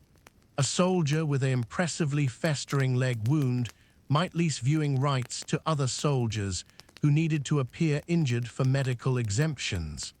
The wounded soldier would accompany the lessee to medical inspections, displaying the injury as if it belonged to the other man. Payment might be a week's wine ration or premium sleeping position. The authentication of wounds became crucial. Some soldiers would create false wounds using berry juice, mud, and creative. This led to wound inspectors, veterans who could identify genuine injuries by smell, texture, and the specific way flesh healed. They'd probe wounds with specialized sticks, tasting the discharge to determine if infection was genuine or manufactured. An authenticated wound certificate, carved into wood or bone, was valuable as currency. Scar mapping went beyond simple counting. Entire bodies were divided into territories based on scar locations. Facial scars indicated command potential. Torso scars showed staying power. Limb scars demonstrated mobility under fire. Back scars, controversially, suggested either cowardice, running away, or extreme bravery, shielding others. The interpretation often depended on who was doing the explaining. The social hierarchy of scars was rigid. A scar from a noble weapon, sword, lance, outranked one from common weapons, arrows, clubs. Scars from famous battles carried premium status. A man scarred could trade on that injury for decades. Some soldiers had their battle scars labeled with tiny brands next to them, creating a flesh-based resume of military service. Wound gambling involved betting on how injuries would heal. Soldiers would examine a fresh wound and place bets on whether it would fester, heal clean, or require amputation. Odds were calculated based on wound location, the soldier's health history, and environmental factors. The wounded soldier often got a cut of the winnings, incentivizing them to influence their healing through diet, treatment, or deliberate infection. The manipulation of wound healing for gambling purposes became an art. Soldiers would secretly apply honey to encourage healing or dirt to promote infection, depending on where the bets lay. Some became wound healing specialists, able to control infection spread with surprising precision. They'd accelerate or slow healing to hit specific betting windows. Phantom pain trading involved soldiers who'd lost limbs selling their phantom sensations. A soldier still feeling his amputated hand might rent that sensation to another soldier who needed to stay awake on watch. The mechanism was psychological but apparently effective. The buyer would focus on the seller's descriptions of phantom sensations, using them as alarm systems to prevent sleep. The documentation of phantom pains became elaborate.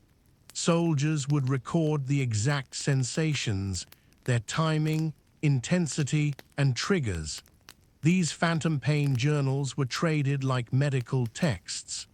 A detailed record of predictable phantom pains could be used to time guard shifts, predict weather changes, or even as meditation focuses during long marches. Blood bonds were partnerships formed through wound. Two soldiers would deliberately share blood from their wounds, creating a mystical connection.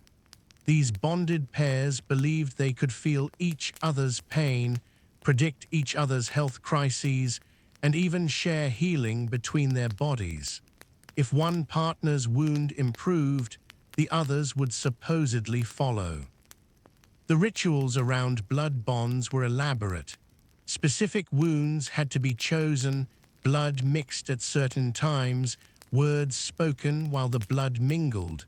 Some bonds were temporary, lasting only until wounds healed. Others were permanent, renewed periodically with fresh wounds.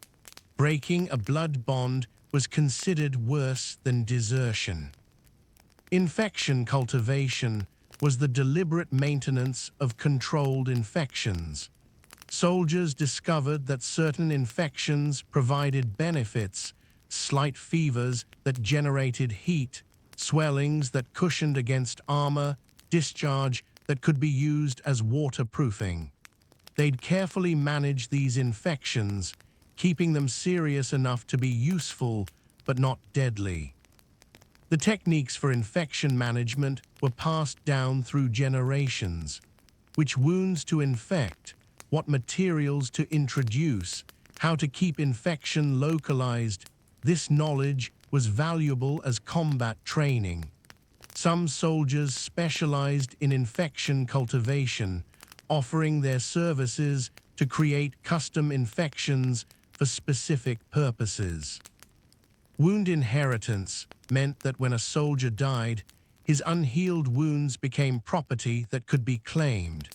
This sounds impossible, but soldiers would literally cut dying men's wounded tissue and graft it onto themselves, hoping to inherit both the wound's social status and any mystical properties it carried. A piece of tissue from a famously brave soldier's wound might be worn as a talisman. The preservation methods for inherited wounds were grotesque. Tissue would be dried, salted, or preserved in alcohol. Some soldiers wore necklaces of preserved wound fragments from fallen comrades. These collections were both memorial and practical. Each fragment could be presented as evidence of connection to famous battles or soldiers. Pain libraries were collections of different pain experiences that soldiers would and share. A soldier who'd experienced unique wound pains would describe them in detail, teaching others to recognize similar injuries by sensation alone. This allowed field diagnosis in darkness. A medic could identify wound types purely by how the soldier described the pain. The vocabulary for pain became incredibly specific. There were dozens of words for different burning sensations, each indicating different wound problems. The ability to articulate pain precisely could mean the difference between proper treatment and death from misdiagnosis. After midnight, When officers slept and guards focused outward, medieval military camps transformed into bizarre marketplaces where everything imaginable, and many things that shouldn't be imaginable, were traded. These weren't simple black markets. They were complex economies that operated on principles that would baffle modern economists. Dream auctions happened in complete silence. Soldiers who claimed to control their dreams would auction off dream experiences to the highest bidder. The dreamer would consume specific items before sleep, certain mushrooms, fermented mare's milk, or crushed beetles, to induce particular visions, then somehow transfer these dreams to the purchaser through elaborate rituals involving shared breathing and synchronized sleep positions. The authentication of dream transfers was contentious. Buyers would demand proof they'd received the purchased dream, leading to mourning tribunals where soldiers would describe their visions in detail, whether they matched what was paid for. Dream fraud was rampant. Some soldiers sold the same dream to multiple buyers, claiming dreams could be through proper technique. Sleep debt trading functioned like a bizarre bank.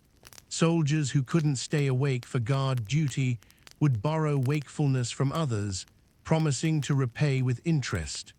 A soldier might borrow 2 hours of alertness, then owe 3 hours of his own wakefulness later. The transfer supposedly happened through eating special mixtures of ash and salt while into each other's eyes. The interest rates on sleep debts were usurious. Compound interest could leave a soldier owing weeks of wakefulness for a single night's borrowing. Some men spent entire campaigns in sleep debt, permanently exhausted from repaying borrowed alertness. Sleep bankruptcy was real. Soldiers who couldn't repay would have all their future rest claimed by creditors. Memory markets traded specific recollections. A soldier who remembered what warmth felt like could sell that memory to others who'd forgotten. The transfer involved the seller describing the memory while the buyer pressed specific pressure points on their own skull, supposedly opening memory channels. Valuable memories, the taste of fresh bread, the feeling of clean clothes, a mother's voice, commanded high prices. The degradation of traded memories became a problem. Each transfer supposedly weakened the memory, like a copy of a copy. Soldiers would buy memories of home only to find them faded, distorted, mixed with other men's recollections. Some men ended up with hybrid memories, their own mother's face with another soldier's mother's voice, creating disturbing chimeras that haunted their dreams. Sensation swapping involved trading physical feelings. A soldier with numb feet might trade with someone whose feet hurt but still had feeling. The swap required both men to wrap their feet together in specific materials, usually leather soaked in wine and urine, while reciting numerical sequences. Whether anything actually transferred or whether it was purely psychological, both parties usually insisted the trade worked. The complexity of sensation swapping agreements rivaled legal contracts.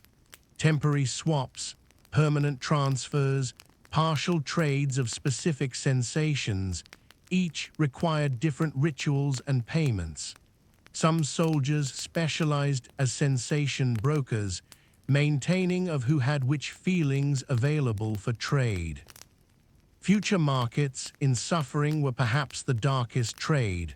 Soldiers would bet on who would suffer specific misfortunes, frostbite, wounds, disease, then trade these futures like commodities. Owning someone's future frostbite meant if they got it, you own the social benefits, sympathy, better sleeping positions, medical attention. If they didn't, you lost your investment. The manipulation of future markets led to sabotage. Soldiers who'd sold their frostbite futures might deliberately keep their feet warm, while buyers might secretly damage the seller's boots. Units developed complex rules about market manipulation, but enforcement in dark tents was nearly impossible. Luck exchanges operated on the principle that fortune was a finite resource that could be transferred. A soldier on a winning streak would sell portions of his luck to others. The transfer involved exchanging items worn during fortunate events, a shirt worn during a survived battle, boots that had stepped over a trap without triggering it. Buyers would wear these items hoping to absorb residual luck. The measurement of luck became pseudoscientific. Soldiers tracked fortunate and unfortunate events, calculating their luck quotients. A soldier with documented high luck could command premium prices for even his cast-off items.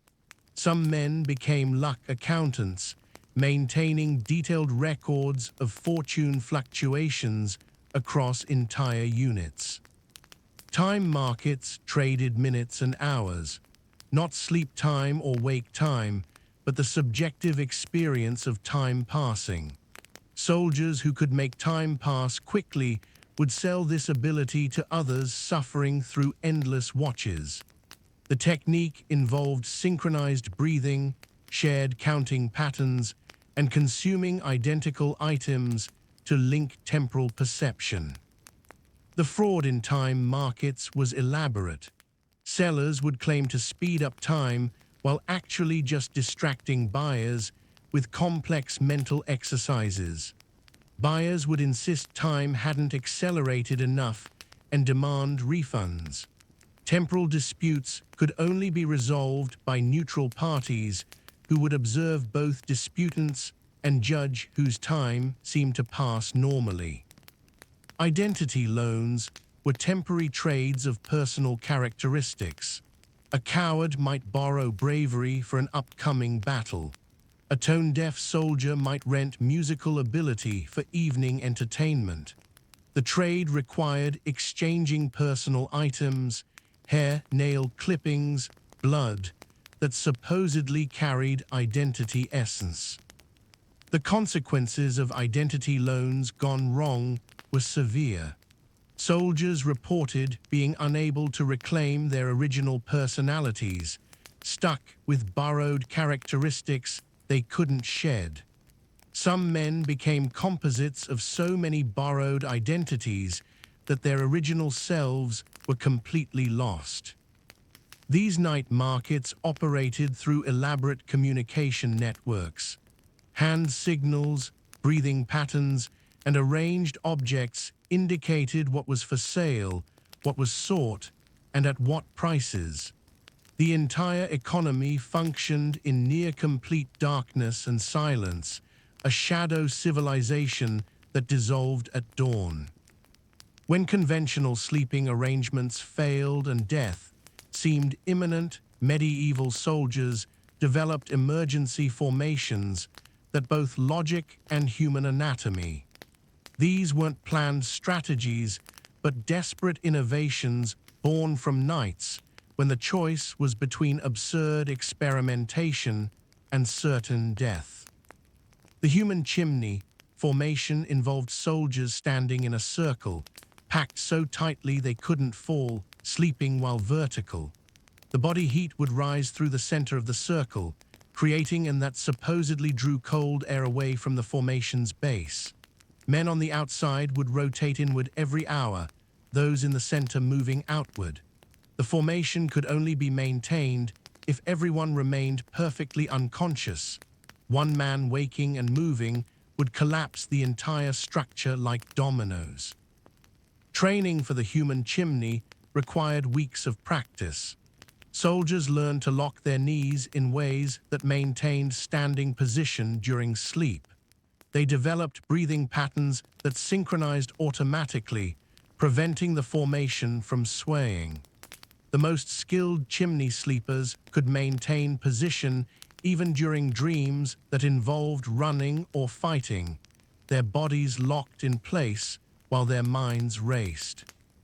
The spiral sleep formation was even more complex. Soldiers would lie in an expanding spiral pattern, each man's head on another's stomach.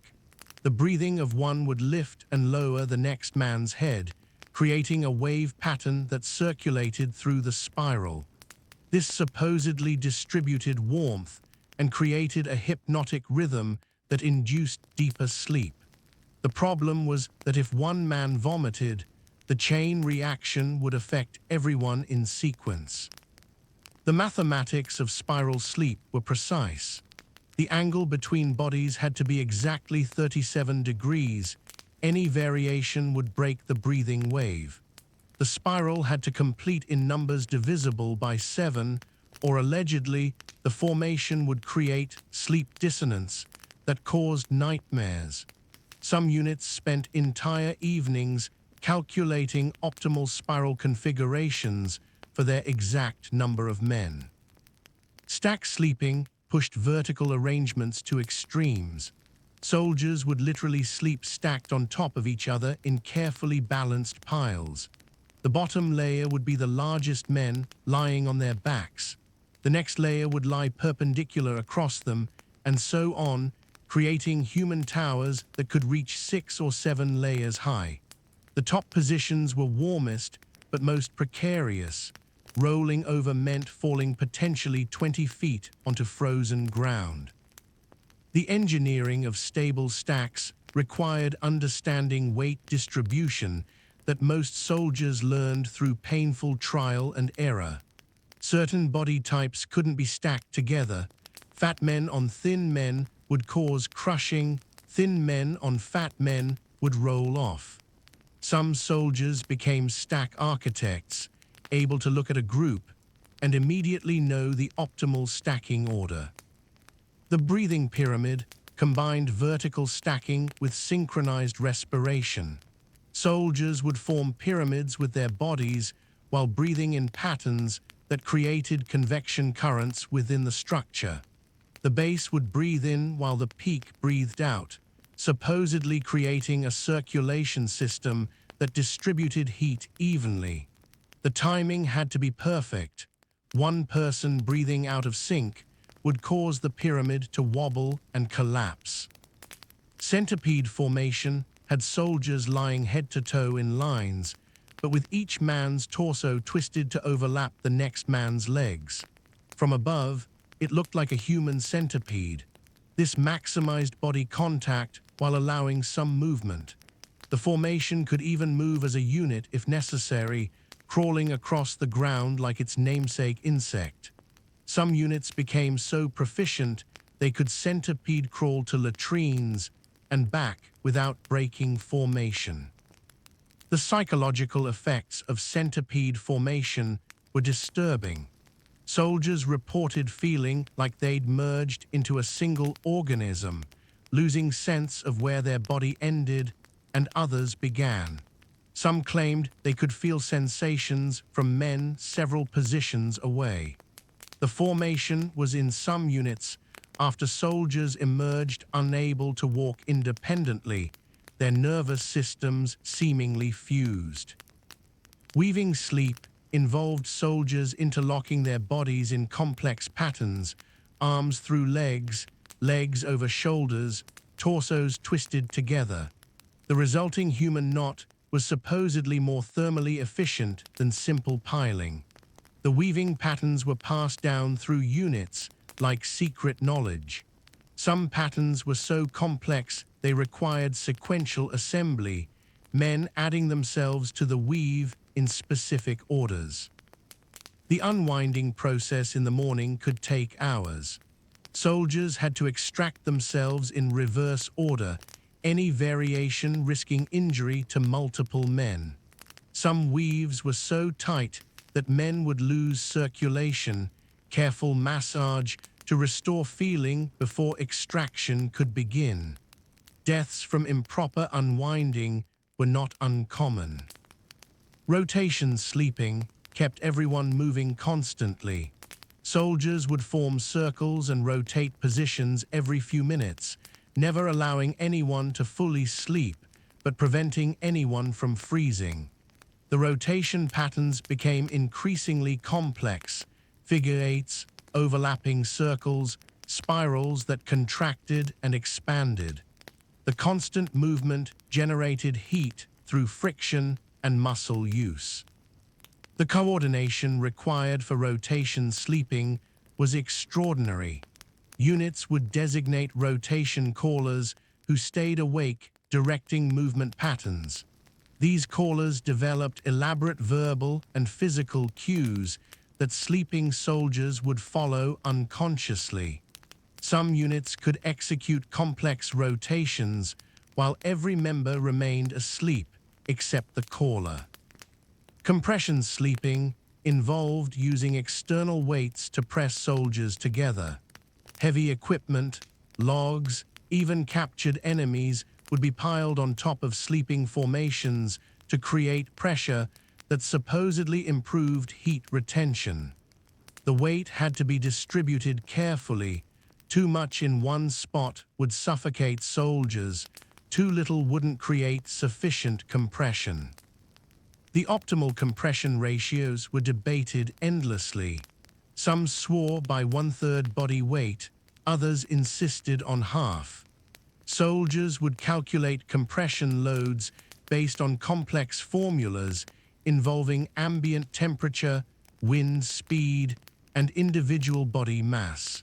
Getting it wrong meant either ineffective warming or crushed ribs. These emergency formations were acts of desperate creativity, turning human bodies into architectural elements. They showed that survival sometimes required abandoning not just comfort, but basic human dignity. By midwinter, the straw bedding in medieval military tents had transformed into something beyond mere insulation. It became a living ecosystem, a divination tool, and the subject of elaborate beliefs that governed soldiers' entire existence. The straw wasn't just bedding anymore, it was an entity with its own needs, desires, and vengeful tendencies. Straw agging was tracked more carefully than wine vintages. Fresh straw was considered virgin and weak, unable to hold warmth properly. Week-old straw had begun developing character. Month-old straw, properly and compressed, was peak bedding. But straw older than 40 days was considered cursed, likely to turn against its users. Soldiers kept detailed records of their straw's age, marking bundles with notches indicating harvest date, first use, and significant events the straw had witnessed. The belief in straw memory was absolute. Straw that had been present during a victory would bring good fortune. Straw from a defeat carried contamination. If someone died on particular straw, it absorbed their final moments, their fears, regrets, and occasionally their strength. Soldiers would pay premium prices for straw on which a brave man had died, believing they could absorb his courage while sleeping. Straw divination involved reading patterns in scattered stalks. Before sleep, soldiers would throw handfuls of straw and interpret how they fell. Parallel stalks meant peaceful sleep. Crossed stalks warned of nightmares. Stalks forming circles predicted visitors, though in a military camp, visitors were rarely welcome. Some men became professional straw readers, their services sought before battles or important decisions. The preparation rituals for straw reading were complex. The straw had to be blessed by breathing on it 7 times, thrown with the left hand while thinking of a question, and interpreted immediately before wind could alter the pattern. Misreading straw patterns was believed to cause the opposite of what was predicted to come true. Straw cultivation went beyond simple gathering. Soldiers believed different types of straw had different properties. Wheat straw promoted healing dreams. Barley straw prevented night terrors. Oat straw attracted wealth, though what counted as wealth in a military camp was debatable. Some men carried seeds to plant specifically for future bedding, planning their straw harvest months in advance. The treatment of growing straw was ritualistic. Soldiers would urinate on their planted areas, believing this marked the straw as theirs spiritually. They'd sing to growing stalks, telling them about the comfort they'd provide. Some even slept next to their growing straw, supposedly forming bonds that would make the eventual bedding more comfortable. Straw rot stages were classified like wine notes. First stage rot smelled sweet and was considered medicinal. Second stage rot, characterized by white mold, promoted deep sleep. Third stage rot turned black and was believed to connect sleepers with the spirit realm. Fourth stage rot was basically compost and only used by the desperate or insane. The acceleration or retardation of rot was an art. Soldiers would add specific substances, blood for rot, salt for slower, urine for controlled decay. Some became rot specialists, able to bring straw to exactly the right stage of decomposition for specific purposes. A properly bed of straw was worth months of rations. Straw trading networks stretched across entire armies. Units would exchange rare straw types like merchants trading spices. Highland straw was valued for its resistance to moisture. Coastal straw supposedly carried the essence of the sea, promoting dreams of home. Monastery straw, stolen from religious establishments, was believed to provide divine protection. The authentication of straw origins became crucial. Fraudulent straw dealers would claim common straw was from exotic locations. This led to straw experts who could identify origin by smell, texture, and even taste. These experts would choose straw samples, spitting out their verdicts on authenticity. Their word could make or break straw merchants. Straw inheritance patterns determined how bedding was passed down when soldiers died. A man's straw wasn't just discarded, it was distributed according to complex rules. The straw from under his head went to his closest friend. The straw from under his torso to his unit commander. Foot straw was burned to prevent his ghost from walking. The burning of foot straw required specific ceremonies. It had to be burned at midnight, with the smoke directed away from camp. Anyone who breathed the smoke would supposedly be followed by the dead man's spirit. Some soldiers claimed to see faces in the smoke of burning foot straw, receiving final messages from deceased comrades. Communal straw mixing was a bonding ritual. Before major battles, units would mix all their straw together, creating communal bedding that supposedly unified their fates.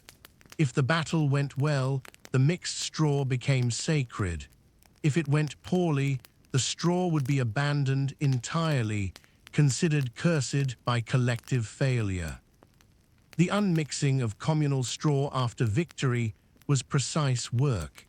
Each soldier had to identify and reclaim his original contribution, now blessed by collective success. Disputes over straw ownership after mixing could destroy unit cohesion. Some men marked their straw with urine, blood, or carved symbols to ensure later identification. Straw sickness was recognized as a real condition. Soldiers who slept on the same straw too long would begin taking on its characteristics, becoming stiff, brittle, eventually unable to bend properly. The cure was to sleep on bare ground for 7 nights, allowing the straw's influence to dissipate. Some men became so straw-sick they could only sleep on straw from specific sources. The psychological dependency on familiar straw was intense. Soldiers would carry small bundles of their preferred straw when traveling, unable to sleep without it nearby. Some became so attached to particular straw that they'd risk punishment to retrieve it if left behind. As winter deepened, soldiers stopped seeing each other as comrades and began viewing bodies as functional furniture. This wasn't metaphorical. Men literally became tables, chairs, shelves, and structural supports for the human furniture economy that emerged had its own quality standards and rental agreements. Living chairs were soldiers who could lock their bodies into seating positions for hours. They'd crouch against tent walls, thighs parallel to the ground, back straight, while others sat on their knees. A good living chair could maintain position for an entire night, earning premium rations. The skill required years of training, strengthening specific muscles, learning to sleep while supporting weight, developing calluses where bodies pressed. The grading system for human chairs was strict. Grade A chairs could support full-armored soldiers without shifting. Grade B might wobble slightly. Grade C chairs were only suitable for lightweight users. Soldiers would advertise their chair grades, with higher grades commanding better payment. Some men destroyed their knees permanently, Grade A status. Body shelving involved soldiers positioning themselves horizontally at various heights to create storage surfaces. A man might spend the night with his back pressed against the tent wall, arms and legs braced, while equipment was stored on his stomach and chest. Multi-tier shelving systems used 3 or 4 men at different heights, creating elaborate storage solutions that freed up ground space. The weight distribution calculations for body shelving were complex. Too much weight on one area would cause circulation loss. Uneven distribution would make the shelf soldier shift, potentially dropping valuable equipment. Shelf soldiers developed mental maps of their body's weight-bearing capabilities, knowing exactly how much each body part could support. Table service was the most prestigious furniture role. Table soldiers would position themselves on hands and knees, backs perfectly flat, while others ate, played dice, or conducted meetings on their backs. Premium table service included stability during active use, maintaining position even when items were slammed down in anger or excitement. The training for table service started with balancing progressively objects. Soldiers would practice with water-filled helmets, then rocks, then eventually full equipment loads. The best tables could support entire meals for 6 men without spilling anything. Some developed specialized techniques like slightly arching their spines to create bold surfaces that prevented items from rolling off. Human hooks hung from tent poles. Their bodies used to store clothing and equipment. They'd grip overhead beams with hands or knees, hanging for hours while gear was draped over their bodies. This required extraordinary grip strength and the ability to ignore progressive numbness. Some hooks could hang all night, earning respect and significant payment. The medical consequences of prolonged hanging were severe. Nerve damage, joint dislocation, and permanent grip deformities were common. Yet soldiers continued volunteering as hooks because the position was warm, hanging near the tent's peak where heat collected and well compensated. Support beams were soldiers who became structural elements of failing tents. When poles broke or canvas, human supports would take the weight, standing or crouching in specific positions to maintain tent integrity. Some men spent entire campaigns as living architecture, their bodies shaped by constant pressure into permanently bent forms. The architectural knowledge required for human support systems was sophisticated. Soldiers calculated load vectors, stress points, and weight distribution patterns. They knew which body positions could support vertical loads versus lateral pressure. Some units had human architecture specialists who designed body-based structural solutions for damaged tents. Mattress duty involved larger soldiers lying still while multiple smaller soldiers slept on top of them. A good mattress soldier provided warmth, cushioning, and didn't move regardless of how his users shifted. Some men gained weight deliberately to become better mattresses, earning steady income from their enhanced cushioning capabilities. The etiquette around mattress use was complex.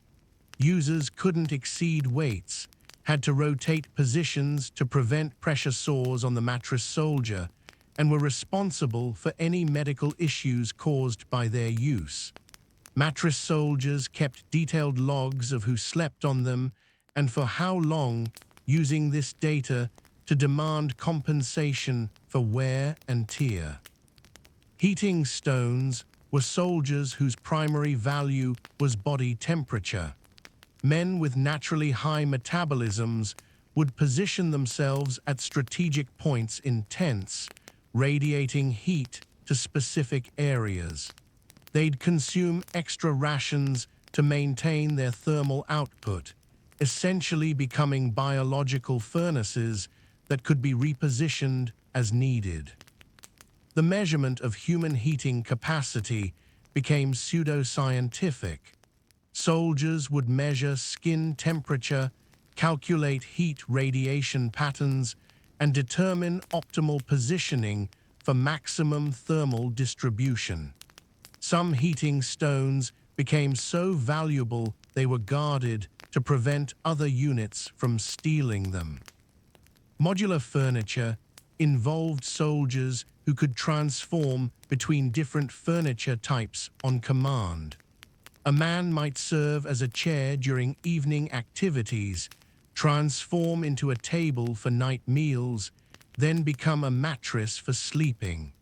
These versatile furniture soldiers commanded premium prices and were often reserved for officers. The training for modular furniture work was extensive. Soldiers would practice rapid transitions between positions, maintaining stability while changing forms. They developed muscle memory for dozens of furniture configurations, able to shift from one to another in complete darkness without disrupting users. The psychological impact of being human furniture was profound. Some soldiers began identifying more as objects than people. They'd refer to themselves in furniture terms, forgetting their own names. The dehumanization was so complete that some men couldn't function as regular soldiers anymore, only knowing how to be furniture. The rental agreements for human furniture were legally complex documents when they existed at all. Terms covered duration of use, acceptable wear, compensation for damage, and liability for furniture soldier injuries. Disputes over furniture contracts could divide entire units. Medieval soldiers discovered that suffering alone was inefficient. They developed systems to synchronize their misery, believing that coordinated discomfort somehow reduced individual pain. These weren't support groups. They were elaborate protocols for experiencing hardship in perfect unison.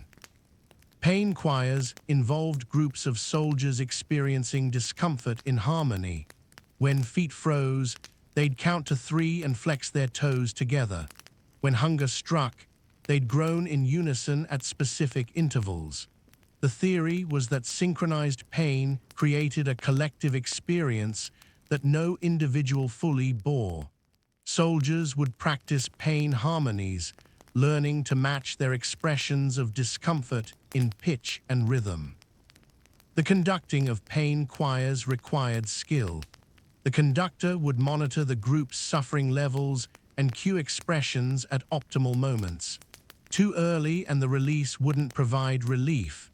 Too late and individuals would suffer alone before the group expression.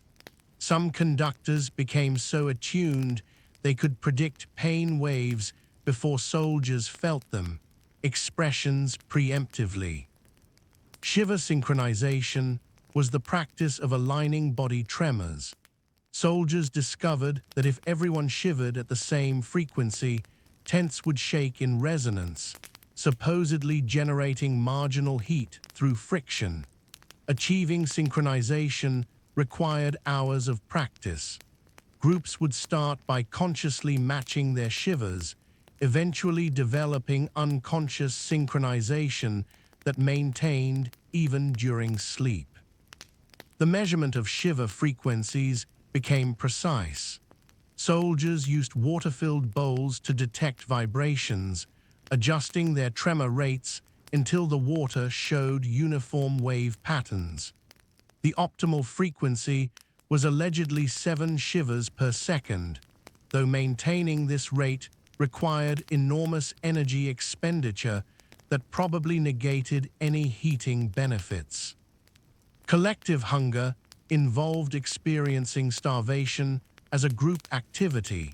Instead of eating individually whenever food was available, units would fast and feast in perfect unison. Everyone would experience peak hunger simultaneously, then consume identical portions at exactly the same rate. This supposedly prevented individual suffering by making hunger a shared state. The rituals around collective eating were elaborate. Food would be divided with mathematical precision. Everyone would take bites on counted intervals. Chewing was synchronized, 30 chews for meat, 20 for bread. Swallowing happened on command. Some units became so synchronized they developed collective digestive schedules, everyone needing latrines simultaneously. Nightmare networking connected soldiers' bad dreams into shared experiences. Before sleep, men would describe their recurring nightmares in detail. Others would consciously try to dream the same nightmare, believing that distributing a bad dream among many diluted its horror. Some claimed success, describing shared dream experiences that perfectly matched others' nightmares. The techniques for nightmare involved consuming identical substances before sleep, specific combinations of herbs, spoiled food, or alcohol that supposedly opened dream channels. Soldiers would sleep in specific formations that allegedly facilitated dream transfer. Some groups reported collective nightmares so vivid that everyone woke simultaneously, screaming identical words. Wound synchronicity was the belief that injuries healing simultaneously healed. Soldiers with similar wounds would coordinate their treatment, changing bandages together, cleaning wounds in unison, even screaming from pain at synchronized moments. They'd compare healing rates obsessively, adjusting treatment to maintain synchronized recovery. The documentation of synchronized healing was meticulous. Soldiers recorded wound measurements, discharge, pain levels, and healing stages. Groups that achieved perfect synchronization supposedly healed days than those treating wounds individually. Whether this was true or psychological, entire units adopted synchronized wound care protocols. Breath theft rings were groups that practiced collective oxygen deprivation. The theory was that by limiting breathing together, they'd adapt to lower oxygen levels, less air, and generating less body heat loss through respiration. Rings would practice increasingly long breath holds, pushing members to near unconsciousness collectively. The danger of breath theft rings was extreme. Some groups would pass out simultaneously, external intervention to prevent suffocation. Others developed permanent breathing disorders from repeated oxygen deprivation. Yet the practice continued, with soldiers claiming it provided meditative states that made suffering bearable. Exhaustion pools involved fatigue across groups. Soldiers believed tiredness was transferable, that one person's extreme exhaustion could be distributed among many, making it bearable. Groups would perform elaborate rituals where the most exhausted member would breathe into a central container while others inhaled, supposedly the fatigue burden. The containers for exhaustion storage became sacred objects. Usually helmets or bowls, they'd be marked with symbols indicating the amount and type of exhaustion they'd held. Some containers were believed to become permanently infused with tiredness, capable of inducing sleep in even the most alert soldier. Cold cultivation was the deliberate synchronization of freezing. Instead of fighting cold individually, groups would lower their collective body temperature in controlled ways, believing that synchronized hypothermia was less dangerous than individual freezing. They'd remove clothing together, expose skin in patterns, and monitor each other's decline toward dangerous cold levels. The stages of synchronized freezing were precisely defined. First stage, skin cooling. Second stage, shivering onset. Third stage, shivering cessation. Fourth stage, mental confusion. Groups would advance through stages together, pulling back just before permanent damage. Some claimed this training allowed them to tolerate lower temperatures than untrained soldiers.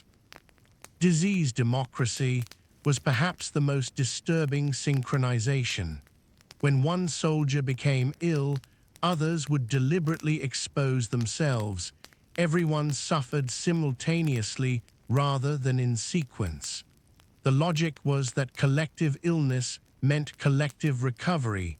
No individual would be weak while others remained strong. The spread of democratic disease was ritualized.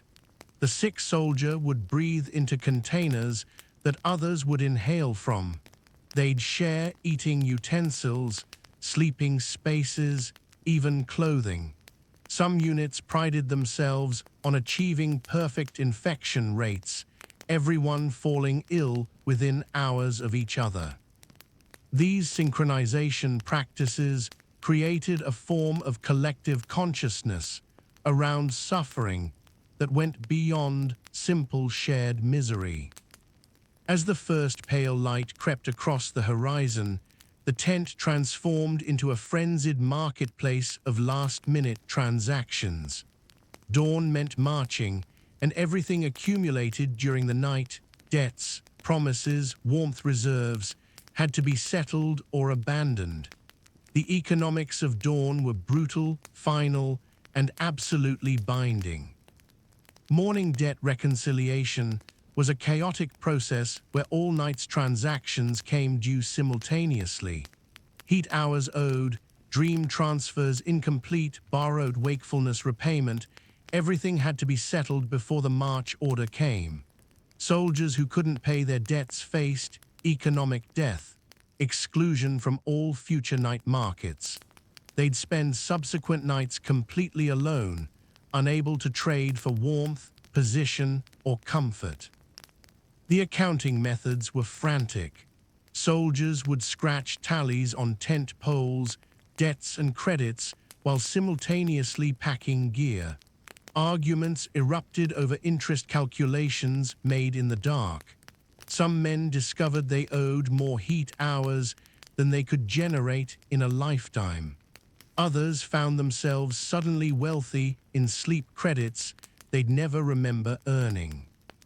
Dawn inheritance rushes occurred when soldiers too deep in debt would formally die economically, transferring all assets and liabilities to others. This economic death was sometimes literal, men so excluded from warmth trading that they'd freeze within days. The inheritance process was swift and merciless.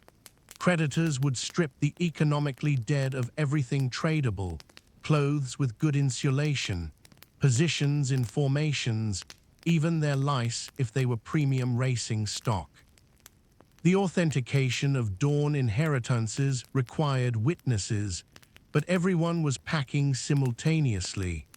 This led to rushed ceremonies where dying debtors would shout their bequests while others half listened, creating disputes that would fester for entire campaigns. Some soldiers spent more time managing inheritance disputes than fighting actual battles.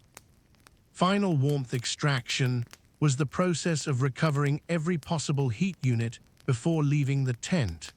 Soldiers would press against still warm ground spots, breathing in the last heated air, even licking tent poles that had absorbed body heat. Nothing was wasted. Men would stuff warm dirt into their boots, carry heated stones in their armpits, even fill their mouths with warm air and try not to exhale. The techniques for warmth extraction became increasingly desperate. Soldiers would cut patches from tent floors where they'd slept, carrying these warmth-infused fabric pieces against their skin. Others would scrape frost from tent walls, believing it contained crystallized heat that would release when melted. The most desperate would swallow warm mud, hopping to carry heat internally. Position futures for the next night's camp had to be negotiated before departure. Soldiers would trade future sleeping spots based on predicted weather, march distance, and likelihood of combat. A man might sell his next 3 nights' center positions for extra food, gambling he'd survive the edges. These futures were binding. Even if the seller was wounded, he'd have to sleep in his sold position. The complexity of position futures required specialized knowledge. Predicting weather, understanding terrain effects on tent placement, calculating survival odds, these became valuable skills. Some soldiers became position brokers, managing complex portfolios of future sleeping arrangements across entire units. They'd hedge bets, diversify positions, even create derivative instruments based on sleeping spot values. Memory liquidation happened when soldiers converted all accumulated memories of warmth, food, comfort into tradable assets for the march. A vivid memory of home might buy you a position near the supply wagons. A recalled feast could purchase exemption from scout duty. Men would auction their most precious psychological assets for marginal physical advantages. The degradation of liquidated memories was rapid. Once traded, memories became communal property, losing personal significance. Soldiers would carry others' memories of mothers they'd never met, homes they'd never seen. Some men ended campaigns with heads full of strangers' recollections, their own memories sold off night by night. Collective debt forgiveness occasionally occurred, usually when units faced immediate combat. All-night debts would be simultaneously cancelled, creating economic reset. This sounds merciful, but was actually traumatic. Men who'd carefully accumulated wealth through months of suffering would watch it vanish. Others deep in debt would be freed, but immediately excluded from new transactions, their creditworthiness destroyed. The rituals around debt forgiveness were solemn. Creditors would formally release debtors, usually by spitting on the ground between them. Debtors would acknowledge release by stepping over the spit. Records would be destroyed, knots untied, tallies scraped off, mental accounts deliberately forgotten. The economic slate was cleaned, but relationships were permanently altered. Dawn fraud revelations exposed night's deceptions in morning light. Fake warmth trades, impossible dream transfers, fictional memory sales all became apparent when soldiers tried to collect. The punishment for dawn fraud was severe. Perpetrators would be forced to sleep outside tents for weeks, visible but untouchable, slowly freezing while former watched. The investigation of suspected fraud was thorough but rushed. Soldiers would test traded warmth by touch, verify dream transfers through detailed questioning, confirm memory sales by forced recitation. False accusation carried penalties too, creating a dangerous balance where everyone suspected everyone, but accusations required certainty. Final consumption was the practice of using up everything that couldn't be carried. Soldiers would breathe their stored breath bags, activate all their heat stones simultaneously, even trigger their accumulated luck charms. The tent would briefly become almost warm, almost comfortable, a momentary paradise before returning to the march's misery. The wastefulness of final consumption was heartbreaking. Carefully preserved resources, accumulated through weeks of suffering, spent in minutes. But carrying them was impossible, and leaving them for others unthinkable. Better to waste warmth than let another unit benefit from your suffering. As dawn broke fully and orders came to march, the entire economic system collapsed and reset. Wealth accumulated overnight became meaningless. Positions carefully negotiated were abandoned. The elaborate civilization of the night market dissolved into mere memory, to be rebuilt from nothing the following evening in another frozen field. And so, as the sun finally rises properly and the order to march echoes across the camp, we reach the end of our strange journey through the medieval soldier's night. But here's the truth that no chronicle ever recorded. For many soldiers, the morning they marched toward never actually arrived. They remained forever in that liminal space between sleep and waking, between freezing and surviving, between human and something else entirely. The transformation wasn't sudden. It happened over campaigns, each night stealing a piece of what made them functional in daylight. They became creatures of the tent, unable to sleep in normal beds, unable to exist without the press of bodies around them. Veterans would return home and build tent-like structures in their yards, people to lie next to them, creating artificial camps because real comfort had become impossible. Tent madness was what the physicians called it, though they had no cure.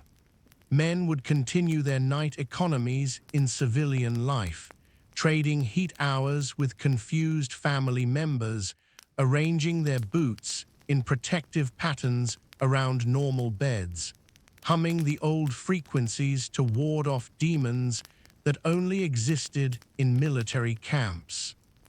They'd wake their wives to maintain fire watches in hearths that didn't need tending, conduct lice censuses on clean clothing, attempt to transform children into human furniture. The physical changes were permanent. Bodies remained curved from months of specific sleeping positions. Jaws stayed enlarged from ghost chewing. Hands locked in positions designed for knuckle mathematics. Some veterans could only sleep standing up, having spent too many nights in human chimney formations. Others couldn't close their eyes fully, trained to watch for danger even in unconsciousness. But the psychological changes were worse. Minds remained stuck in the tense reality where everything was tradable, where warmth was currency, where suffering required synchronization. They'd try to negotiate sleeping positions with spouses who didn't understand the complex hierarchies involved. They'd attempt dream trades with children who thought father had gone mad. They'd carefully age straw in their barns, waiting for it to reach the perfect state of rot. Some formed colonies of tent-mad veterans, creating permanent camps where they could maintain their night economies. These settlements operated on principles incomprehensible to outsiders. Visitors would find men sleeping in elaborate formations, conducting lice races, trading memories of warmth that had become more real than present comfort. The colonies had their own currencies, their own laws, their own understanding of reality that had nothing to do with the waking world. The children of tent-mad soldiers grew up in households where night meant something entirely different. They learned to arrange boots properly before they learned to read. They could calculate heat debts before they understood normal arithmetic. Some inherited their father's sleeping positions, bodies shaped from birth to fit into formations they'd never actually join. The tent dreams never stopped. Every night, veterans would return to those freezing fields, feel the canvas walls pressing in, smell the smoke and wool and human misery. But in dreams, it was different. In dreams, the tent was sometimes warm. The straw was fresh. The bread wasn't moldy. They were still alive. These dreams were crueler than nightmares because waking meant losing that impossible comfort again. Some soldiers never truly left the tent at all. Their bodies marched, fought, eventually returned home, but their essential selves remained in that frozen darkness, forever negotiating for one more heat hour, forever counting lice, forever waiting for a dawn that had already come and gone without them noticing. They became ghosts haunting their own lives, present but not present, alive but not living. The armies never acknowledged what they'd created. Official records spoke of victories and defeats, of territories gained and lost, but never of the men who'd been transformed into something barely human by the simple act of trying to sleep through winter.